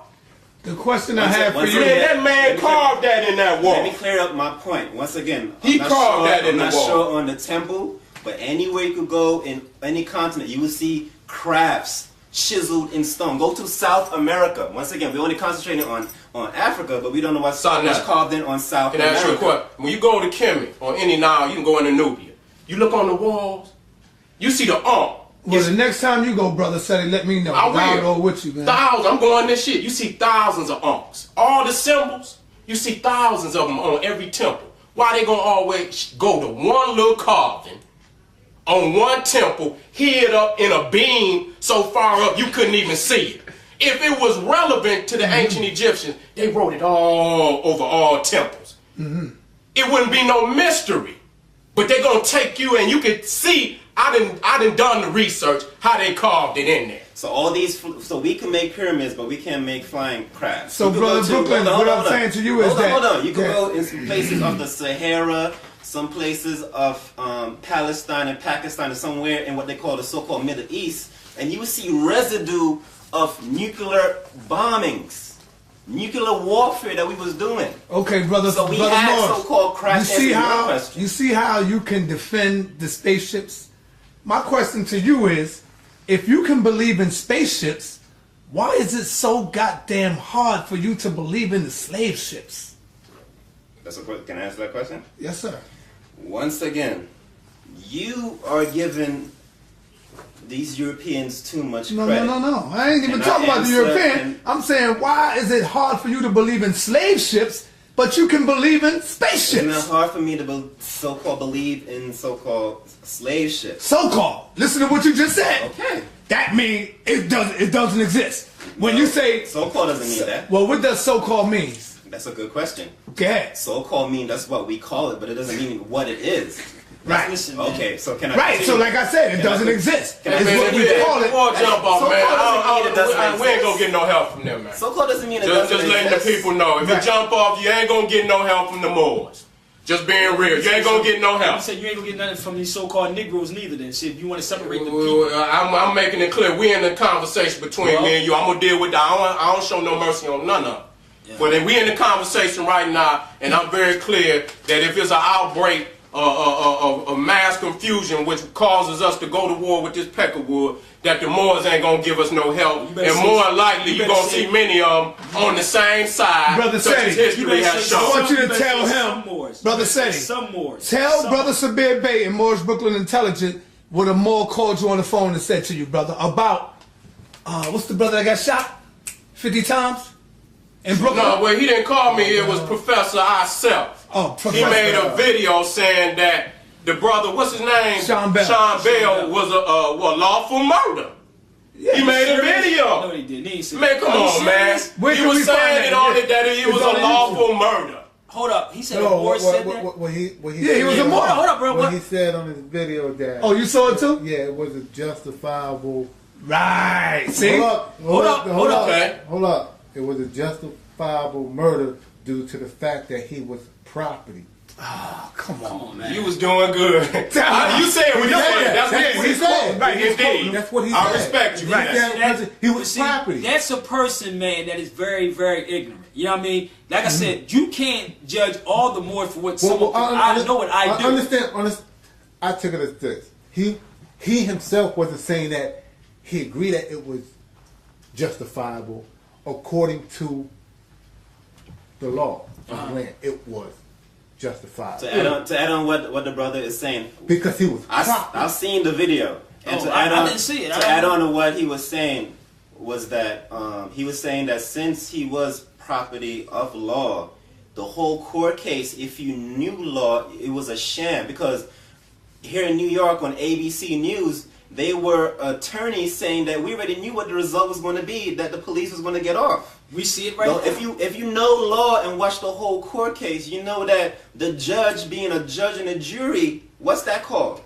What's that called, Sabir? Conflict of interest. Okay, because the so-called attorneys, which are basically brokers and the go-between, they are agents that look just like you and me, but they went against their own particular brother. They wasn't wearing fezzes. They went against their brother and they helped them be trapped into the system because Sean Bell and their family, no disrespect, they didn't know law and they put their trust in somebody else. That's just the ignorance. We're not talking about a shooting or whatever. If a police officer shoot one of our brothers, we have to go out, whether he's a Moor, not a Moor, 5% or anything like that. And I just said that. Didn't we just have this conversation? I said if that was That's to take damaging, place- though. That's damaging, man, for that man's mother to go online Brother, unaware of we know that that. information, and that brother say that. But You brother, have to eat. You know, the woman grieving. You got to talk to people in a way that they might want. And I think that's something particular. I'm not even going to speak on it. If he has to be here to defend himself. I ain't saying. I'm just saying what he said. I'm just saying. I know he said he was property, and if you look at it, That's what I built. if you look at it in the eyes of this law, Right. we are property within the United States. If It's you like don't you know go to the yet. store, you throw down, you buy something. It's property. He said they killed 3/5 of a human. That's see, what he this is the said. thing about. I said this. I said instead of us keep saying the same thing that's happened, and I'm an active Seti with a lot of this stuff, and I do radio and I expose a lot of this stuff. I got phone calls from people from LA from dealing with some stuff with Sean Bell right now. Most Moors don't get involved in this, but what happened? We got to stop saying police brutality because it's not. It's like brutality is like a brute. You could break up a camera. So what is but it? it's terrorism. Police Yeah, terrorism. I agree with so that too. there's laws on Terrorism the books. It's is called both. terroristic threats, right? This is what we have to start pushing. But again, these cowards that look like us, that don't wear feathers, are not going to push that out here because they know 99% of the population are very ignorant. And at the same time, like even when you're dealing with the Sean Bell, they had an attorney. Who works with them. Attorney duty, and any attorney can tell you their duty is to the courts first. It's not to you. It's to the courts first. That's I what it's understand that. That's why I'm saying, man, we got to step We- out of this white man's That's why I asked the question. What is the solution? That's why I said though. And you know what nationality is about. That's what we go to war. We go to war. The nationality. That's what nationality is for. That's how it is. Marcus Garvey, Malcolm X. Say they black. You don't claim black. Right. I guarantee you. That's right. I'll be the first one on the line. Believe it. Because it's guaranteed that it's our time. That's right. If you don't never see, if we keep talking, see, he's okay. The brother say he's proper. I'm not gonna jump through the hoop. The white man is a beast, right? And that's his nature. Definitely. See, we word playing. He's in law, and the cracker's a beast. He's been a beast, just like homosexuality. I can go and show you the Greeks and Romans always was laying with babies. We said but then when they went in the Catholic Church, they got busted. They act like, oh, what like it was something new. But my thing is this. If they using their law against us, we have to turn and switch the tables back on them to where it'll create a stand like we got to go to war and we be ready for war. But you know what Marcus Garvey said? He said you got to have a precedent. If you want to do the law, you got to have a precedent. I was in the law. I was in court the other day visiting somebody. Okay. And remember I called you? I literally saw how the judge was playing them out. Right. Literally. And nobody knew what all they were saying. Guilty. Okay, I'm guilty. Come back to court. And that's what they do, right, Seti? You see that? But if you go up there and defend yourself, and know what you took, they can't. They'll give you a gateway out because what happens is that they don't want the masses of the people to understand what's going on. Even when I was in court, yes, they did what they was trying to do. But what it was, I was not talking to them. I was talking to the people to see what was going on. Even when they tried to hold me in contempt when I was telling them they didn't have contempt power. They play this little game because they have it's a show. Monopoly. They have to play this, they have to play it up to say, look, we can't let the rest of them know they can get away with this. We got to keep this thing going. You expose everything, all of it. And people be like, oh, I didn't know that. If I know that, then I wouldn't be in this courtroom. They wouldn't be getting no money. It's all about money. Yeah, don't think these brothers. That's all the judge was doing. That's all he was doing. That's all he was doing. That's it. Guilty or not guilty? My job is to You're not guilty? We'll come back to trial in 2 weeks. But you know what? I keep going back to the masters like Malcolm. And Malcolm being in Africa and he's seeing the revolutionary movements that was going on. It ain't one nation in Africa that got its independent working through the white man law. The Mau, when they did what they did, I believed them that they knew exactly how to get free. When Patrice Lumumba did his thing and over there in the Congo, that's why they killed him. I believe he had the right answer. That's why they did him the way that they did it. You understand what I'm saying? When Winnie Mandela was down there in South Africa, putting them ties around their necks, setting them on fire for snitching, going to the white man, working through his system. Let me tell you something. I believe that she knew exactly what she was doing, and I believe her that she had the answer. She just didn't have enough people to back her up. Okay, let's bring it up now. How many of our people now is backing Cynthia McKinney? How many of our people right now is backing this sister, not claiming anything but being a sister that is actually taking food to the Palestinians and getting a boat ran into her? How many of our sisters stepping out? Are we going to step outside right now and start knocking them off? When I heard about the brother that's getting shot in L.A. She's taking food to the Palestinians. She need to be taking it to Zimbabwe. That's what I'm talking about. The Palestinians. But still, she's doing something. No, that's not doing something for us, though, brother. See, even when you go to Palestinian, see, we are people. When you go to Palestine, it's brothers there that look just like us. But they don't show that. They don't show that. We know that. But we are always a people that's always helping everybody else. What I'm saying, then you do something. You never see the Palestinians. Brother, I am doing something every day, brother. But brother, when you just told me about your family, if we have family members in these positions, let's drill their behinds. Let's drill them and talk about, yo, what are you talking about? I might have to take your head. My family member said that's working for them. Seriously, that's real rap. When I came here, listen, I try to be diplomatic with some things, but I'm like, damn, boy, if they shot a brother on the ground, man, just start shooting these Europeans. How many brothers going to do that? But they'll turn a gun on each other. Well, they just killed your brother just killed a police officer right in my city outside Detroit. So what goes around comes around. That's what happens. I ain't gonna say he popped him, But why not? No, not on tape. We ain't saying it on tape. He don't respect. He say everything else. Let's say it. But my thing is Come this. on, man. the beast got my man's in his hands. A certain thing. You got to be smart about war. That's what I'm trying to tell you. It's an art of war. Certain way that you do it. Thank you. We have to do it That's like all this. I'm saying. Just like you Diplomatic. said, the brother that happened out in Cali. We have to forget. Okay, let's put. This is my personal opinion, and yeah, I'm gonna say it. Put all the black, the white, the African issues to the side, and let's go down there and handle our business. Bottom line, and then that other stuff come down the line. But right now, you could be the next one. We could walk out of his house. Walk out the door right now, and it can happen. That's the And my thing is, just say it like this: if it happened to you, how many of us would stand up for it? Right. You see what I mean? That's why I asked that question. What's the solution? Instead of people feed off this. And you put this on YouTube.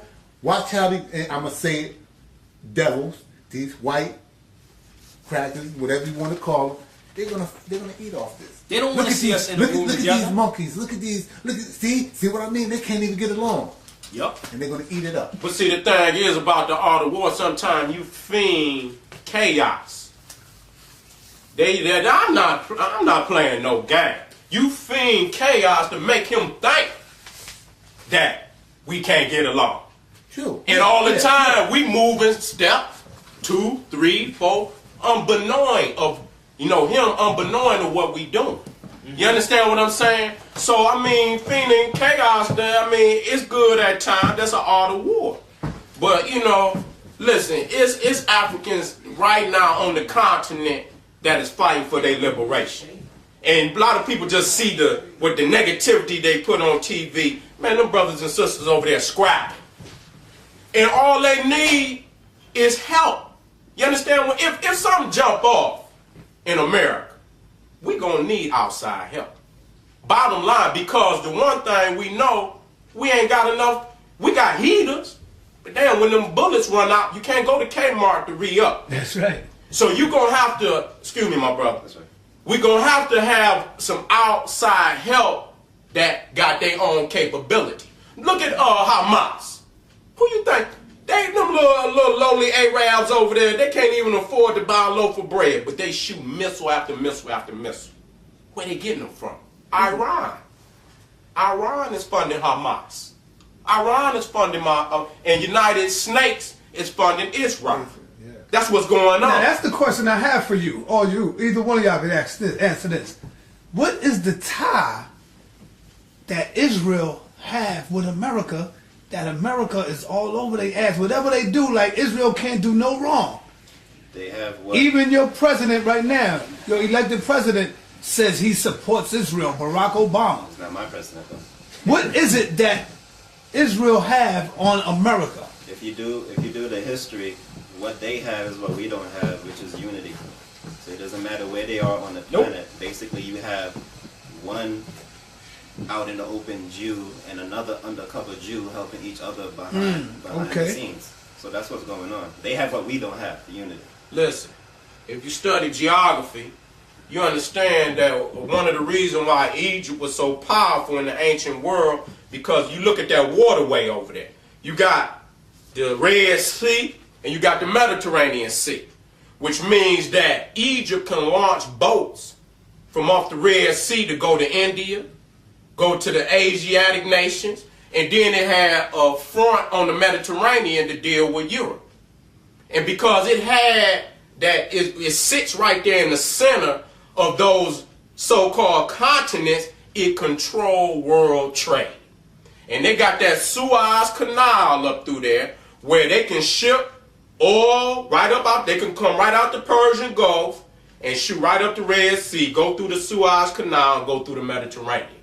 That's how they wanted to attack Saddam Hussein.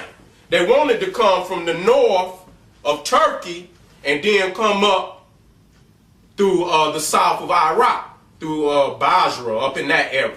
But Turkey denied them. They took all them ships, went right through the Suez Canal, took them right up into the Persian Gulf. It's sitting in the center of the earth.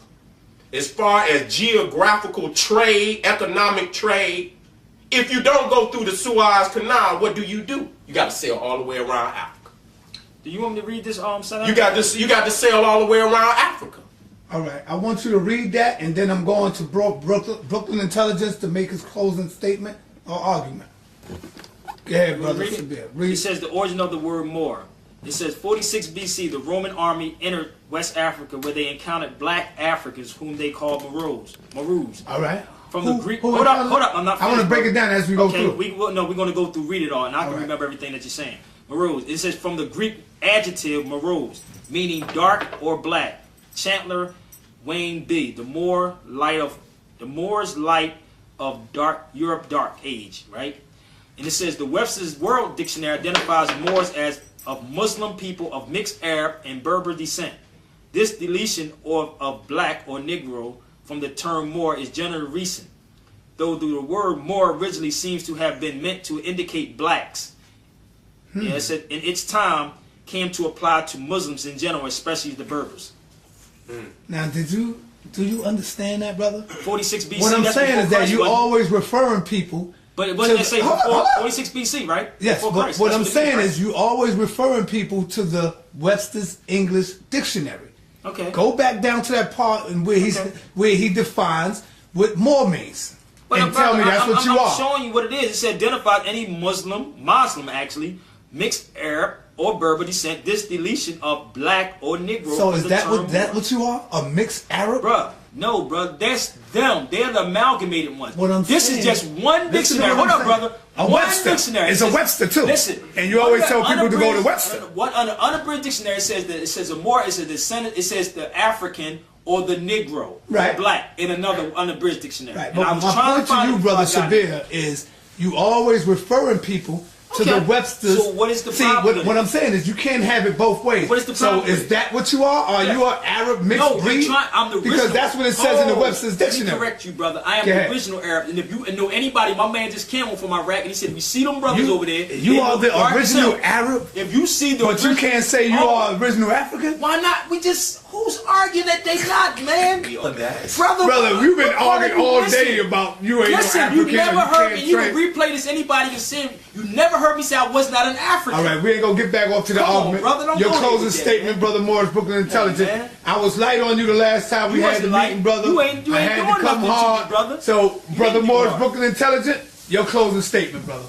All right, my closing statement, like I mentioned before, like a couple of minutes and young ago. A sister said that we all have pieces of the puzzle. If we backtrack any group, 5%, a Nation of Islam, Black Panther, Bloods and Crip, any movement, we all have pieces of society and government. So if you want to deal with society and government structure, come to the Moors. We have the military, Panthers. We have the Crips and Bloods out here. We got the refinement stage. The Nation of Islam got the international ministers and stuff like that. What's keeping us from having a government within a government, a nation within a nation, is that we're not coming together in unity. And real unity is political power and balance. We're arguing here, but who is arguing on the international stage? International stage. And how do you argue on the international stage? You don't argue. You come for war, goddammit. No, you got to come for war. No because problem. They ain't trying to hear no argument. If you ain't got no goddamn army, they don't give a damn about what you say. Brother, we do have an army. You win battles with wars. Dr. John Henry Clark said they took Africa in blood, and the only way we're going to get it back is in blood. Listen, I was looking at Tupac before we came up here. Pac said, you want to be a thug. He said, but what about y'all being thugs and, what he said, start a revolution and build your own country? You want to be a character. This is what we want. We want to be characters, man. Come on, man. Be for real. Let's do it. Let's not rap about it. Let's just do it. We have the military, brother. Now head right in there with your closing argument, your statement, brother. I don't have it. We just unity, man. I'm about unity, brother. And you want to make a closing argument? I just want to say I'm glad to be a part of this whole thing right here. Okay. Glad to meet you, brother. And I love to do more with Seti. Okay, Brother Seti, any closing arguments? statement? Brother, I mean, I'm on the spot, and you know, my elders gonna make sure that I live out my oath. You understand? Our peoples, while we in here debating, our peoples is out here dying. They've been dying, and I can't come in here and just give you no one solution, because you know a lot of our great elders came here and they wasn't able to pull it off. So don't put it on me that I can come up in here with the major solution. But what I can say is all this other shit we done tried. That I can tell you. Try something new. We are Africans. We have always been Africans. And if Africa, our mother, is in turmoil, I don't care where you at on the planet, you gonna be in turmoil. You got to free your mother in order to get any type of peace on this planet. The resources of Africa can form. If you want to live in America, I'm all right with that. Africans came here. I'm not debating that. But they always had the ability to go back home. They knew if they couldn't get it right, they could go back home. United States backs Europe. If anybody attacks Europe, they will attack without no discussion. They will send all the arms that they got over there to defend Europe. And they don't have no argument like that. If China gets into a war, the Chinese will get up out of America and go home and fight for Mother China. You even got Jews. Look at Bloomberg. He went right on over to Israel. That's right. How can I help you? They don't have those. So if you got to have a center. My center is Africa. And that means I will help the Haitian because I look at him as an African. The Jamaicans, the brothers and sisters over in Asia, in the Americas, we Africans because we come from one center. And that way I can help. But if you coming from a different center, I'm going to be real. There's no way I can work with you. There's no way that I can work with you. And it ain't that I don't, you know, I got no hate for the brother. I'm just being real. We done been here. We done that. The young brothers and sisters out here who ain't got nowhere to stay, ain't got nothing to eat, ain't got no home, they don't want to hear this. And it don't make no difference if you know law, if you know history, if you know whatever science or art you want to put out here. It's going to come down to us seeing this beast. When he feared, like what they did to that brother, if they knew that we would nut up and burn this whole nation down, that's right, they wouldn't do what they do. But they executed the boy on TV. But see, wait a minute, that was my last statement. They executed that brother on TV. They should have been scared to even attempt something like that. We got to put fear back off in all races. I don't care nothing about no Asiatics, no Indians, none of them. Because they all plotted on our people. You got Indians from India down in South Africa right now. Talking about Gandhi. Gandhi was a damn racist. He didn't even want to sit with the Africans on the train. When you watch the movie, he didn't even want to sit with the Africans on the train because he saw that the Africans were underneath him. So we always claiming melanated people. I don't agree with that word. I don't agree with the term colored. I don't agree with nothing. African. And if it ain't the right term, we'll get it right later on. But right now, everybody in the world, young Africans, young blacks, they identify with that word. So we're not about to spin them with, if we know a little science about the origin, that's cool. But for a young black man or a young black woman that just might happen to see this video, may never ever see another video, we're not going to make them jump through no hoop. We give them Africa, they can go straight to the map and know exactly where it's at. If they're in Haiti, they can do the same thing. So we are African people. We're going to have to fight for our women, the Hebrew Israelites. I'm on y'all next. Because y'all disrespect black women like, nigga, you ain't got no conscience. And we are not going to continue to let people disrespect our mother. The reason why a lot of people can't respect Africa is the same reason why they can't respect the black woman. No respect for Africa. None whatsoever. So on that, I draw the line. I'm African-centered. I believe in Marcus. I believe in Dr. Ben. I believe in Dr. Clark. I believe in Malcolm X. I believe everything, most of what they say. And I will follow them before I follow anyone else. Arm yourself. with knowledge, and that means warfare too. Be prepared to go to war anytime. Right now, we are all unprepared in this room right now. If the cracker busts in here, he'll take us off. Bottom line.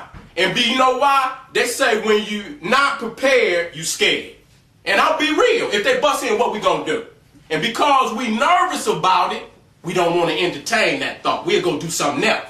But if we was heated and we knew we could bring fire to them, we would be more eager. When I was lifting weights, I would lift weights. And I had got up to about 3 plates. Matter of fact, I was at 350. I was feeling vigorous.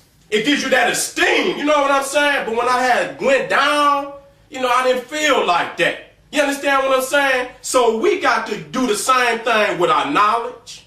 We got to do the same thing with arming ourselves. And we got to stretch our hands across these waters to Haiti. We talking about sovereignty. Look at Haiti, sovereign nation. Niggas ain't did nothing for Haiti. Ain't did nothing. I mean, the Kraken went in and retook it. Can real quick before you close out? Hold on, because the camera's not over there yet. I'm gonna get to you. I'm gonna go right back to you. So what I'm saying is, we got opportunities where we running the land. We got the land. We 99.9% of the population, and we won't do nothing for the Haitians, man, to maintain that island.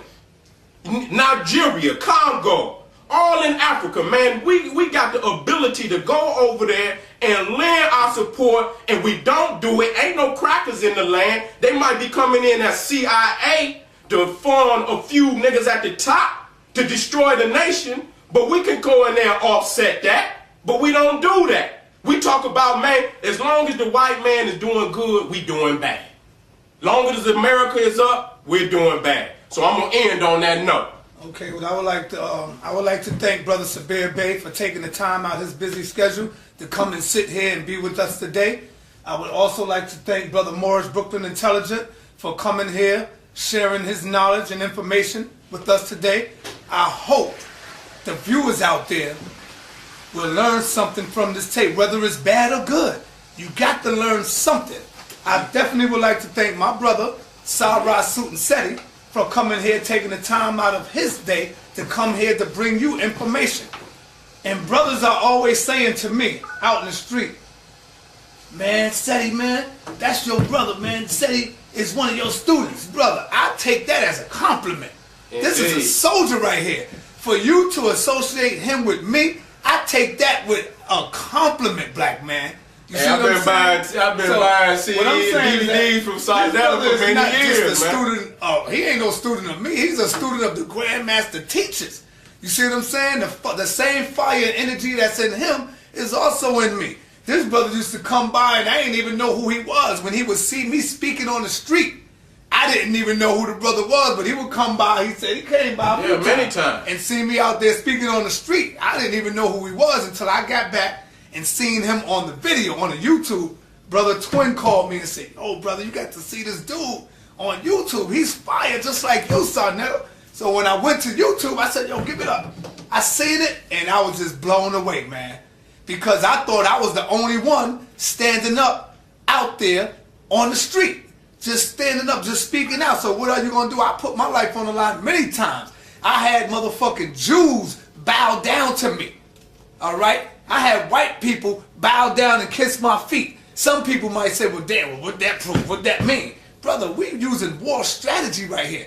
Right. Our babies need to see them in a kneeling position sometime. Right. Instead of seeing our goddamn mothers scrubbing their damn floors. To let them know that they can do it as well. That's right. And at the end of this tape, I'm going to show you the pictures of white women bowing down, kissing my feet, the Jew boy with his turban on, bowing down to me, holding my hand, howling, with the black power fist up there. So I end this in saying, black power to my family. Black power. Arm yourself with knowledge. And I want to say black power to you, brother. I'll say unity.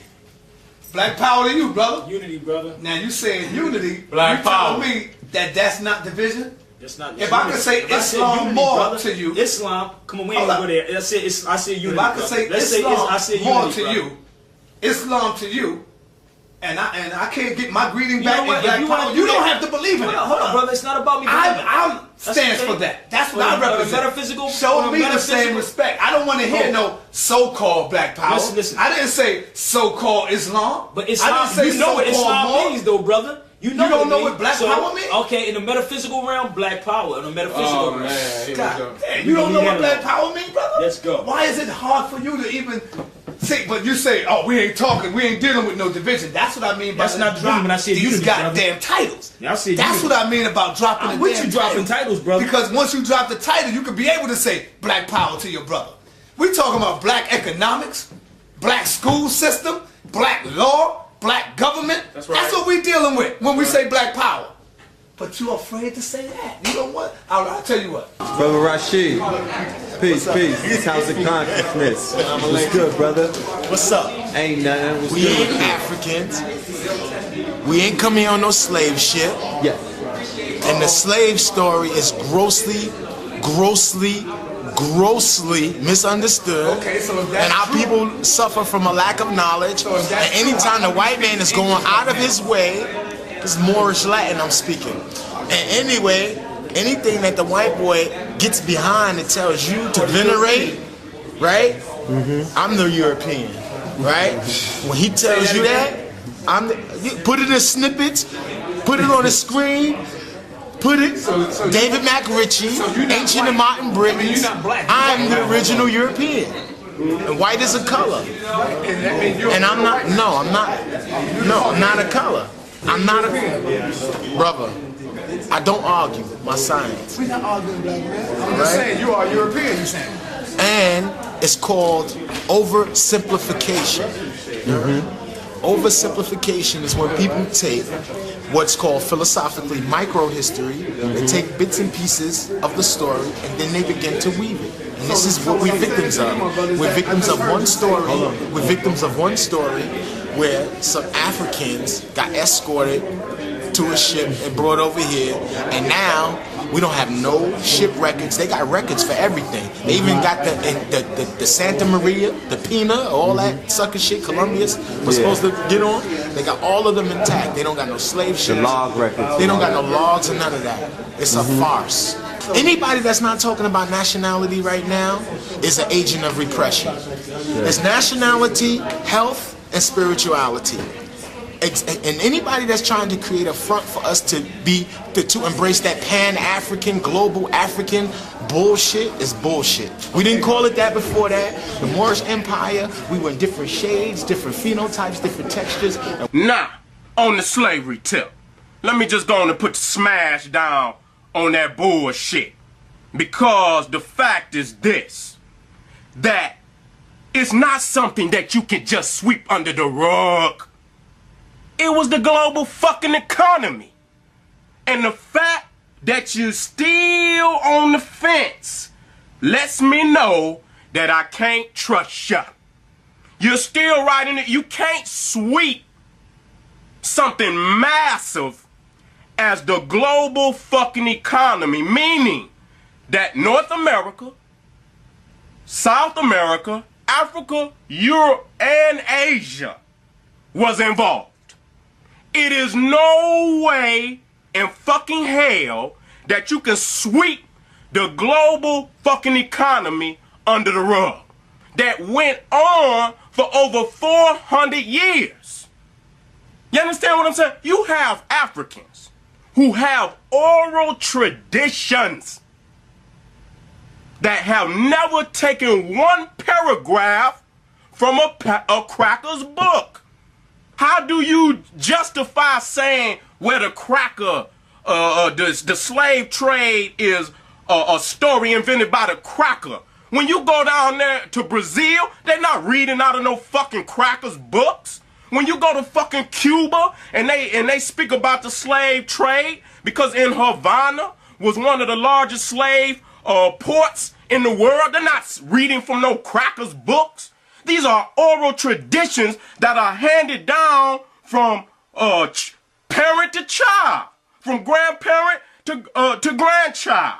You understand what I'm saying? With no cracker nowhere in the process. So you bullshitting, man. You straight up fucking bullshit. Where's the logs? Where's the fucking ships? How many motherfuckers get murked out here and niggas throwing away the fucking gun? What you think motherfucker gonna say, here it is? I did it? You understand what I'm saying? Come on, man, let's be fucking real, man. Real motherfuckers do real fucking things, man. And you motherfuckers still out there riding the motherfucking fence on our slave trade. I can't let it slide. Because if I don't show my people how the fuck they got in this shit, they ain't gonna never have the fucking initiative to get up out of it. Because they won't know how. How the fuck is they gonna know how to get up out of something? And they don't even, these motherfuckers out here don't even, they feel like they deserve to be in this fucking position.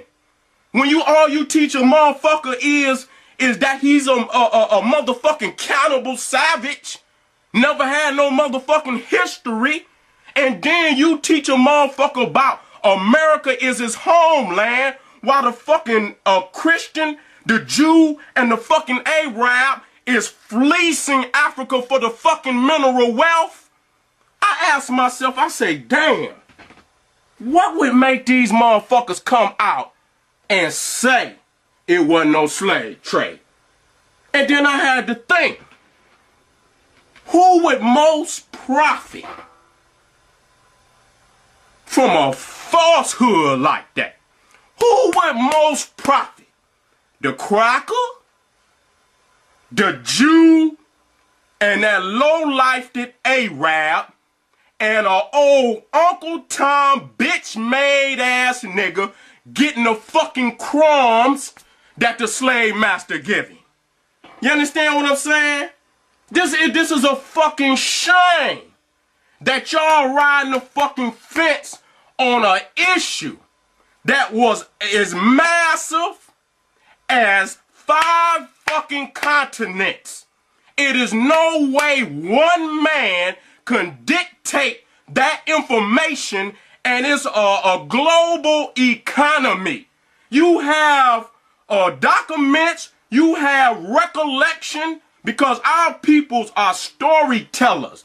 They passed them tradition down for hundreds, if not thousands of years. If you go into fucking West Africa, those traditions are handed down orally. A griot is to memorize the history of his people orally. And a lot of those oral traditions have never been tampered with. They know exactly what happened. Quit acting as if the cracker got all the information about slavery. Nigga, quit riding the fence.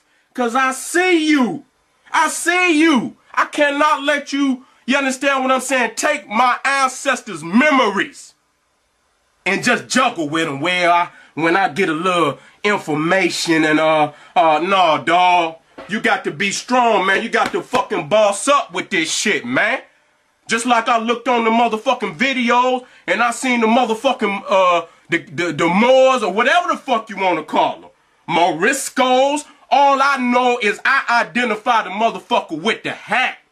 You understand what I'm saying? That's just like when niggas bang today. If a motherfucker, if he red, he red. If he blue, he blue. So when I see that motherfucking fez on that motherfucker head, I automatically identify him with a certain philosophy, a certain culture, a certain political view.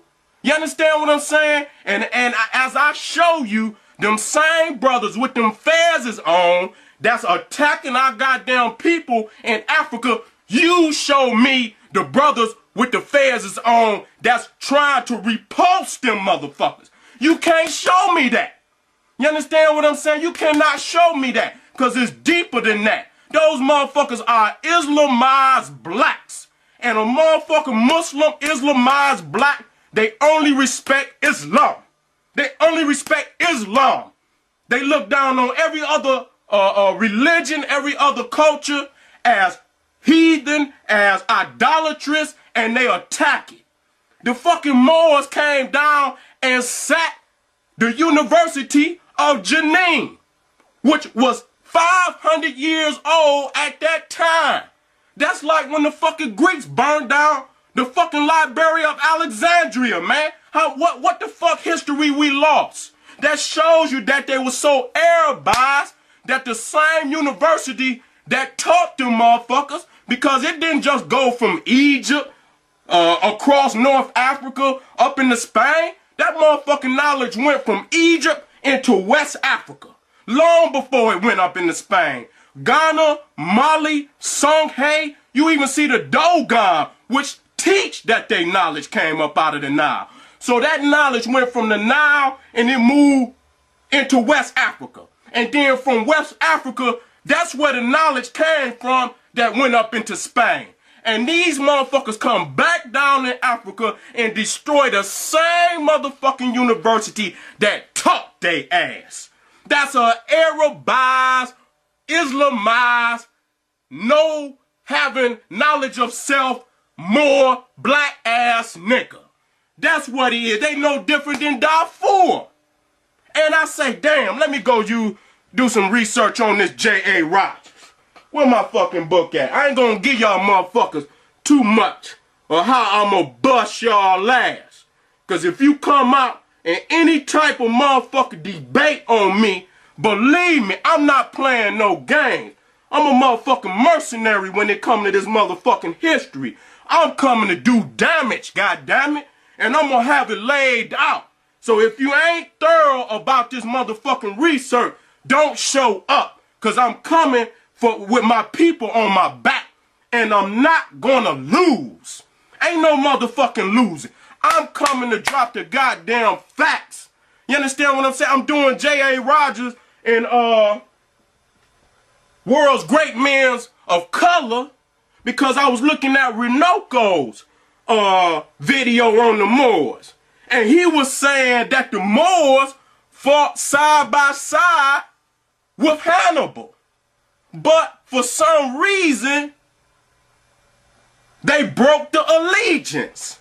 And I say, damn, let me go do the research on it. So I look Macinaceus up in World's Great Men of Color by J.A. Rogers, and he drops the knowledge on the Moor, whom they call at that time equivalent Numidia, from which Macinaceus was the goddamn ruler. And he was in love with Hannibal's niece. But they gave that woman up in marriage to another man, and Macinaceus felt betrayed, and he sided with Rome and Scipio Africanus against Hannibal. God damn, man, y'all motherfuckers got a long resume of being a traitor.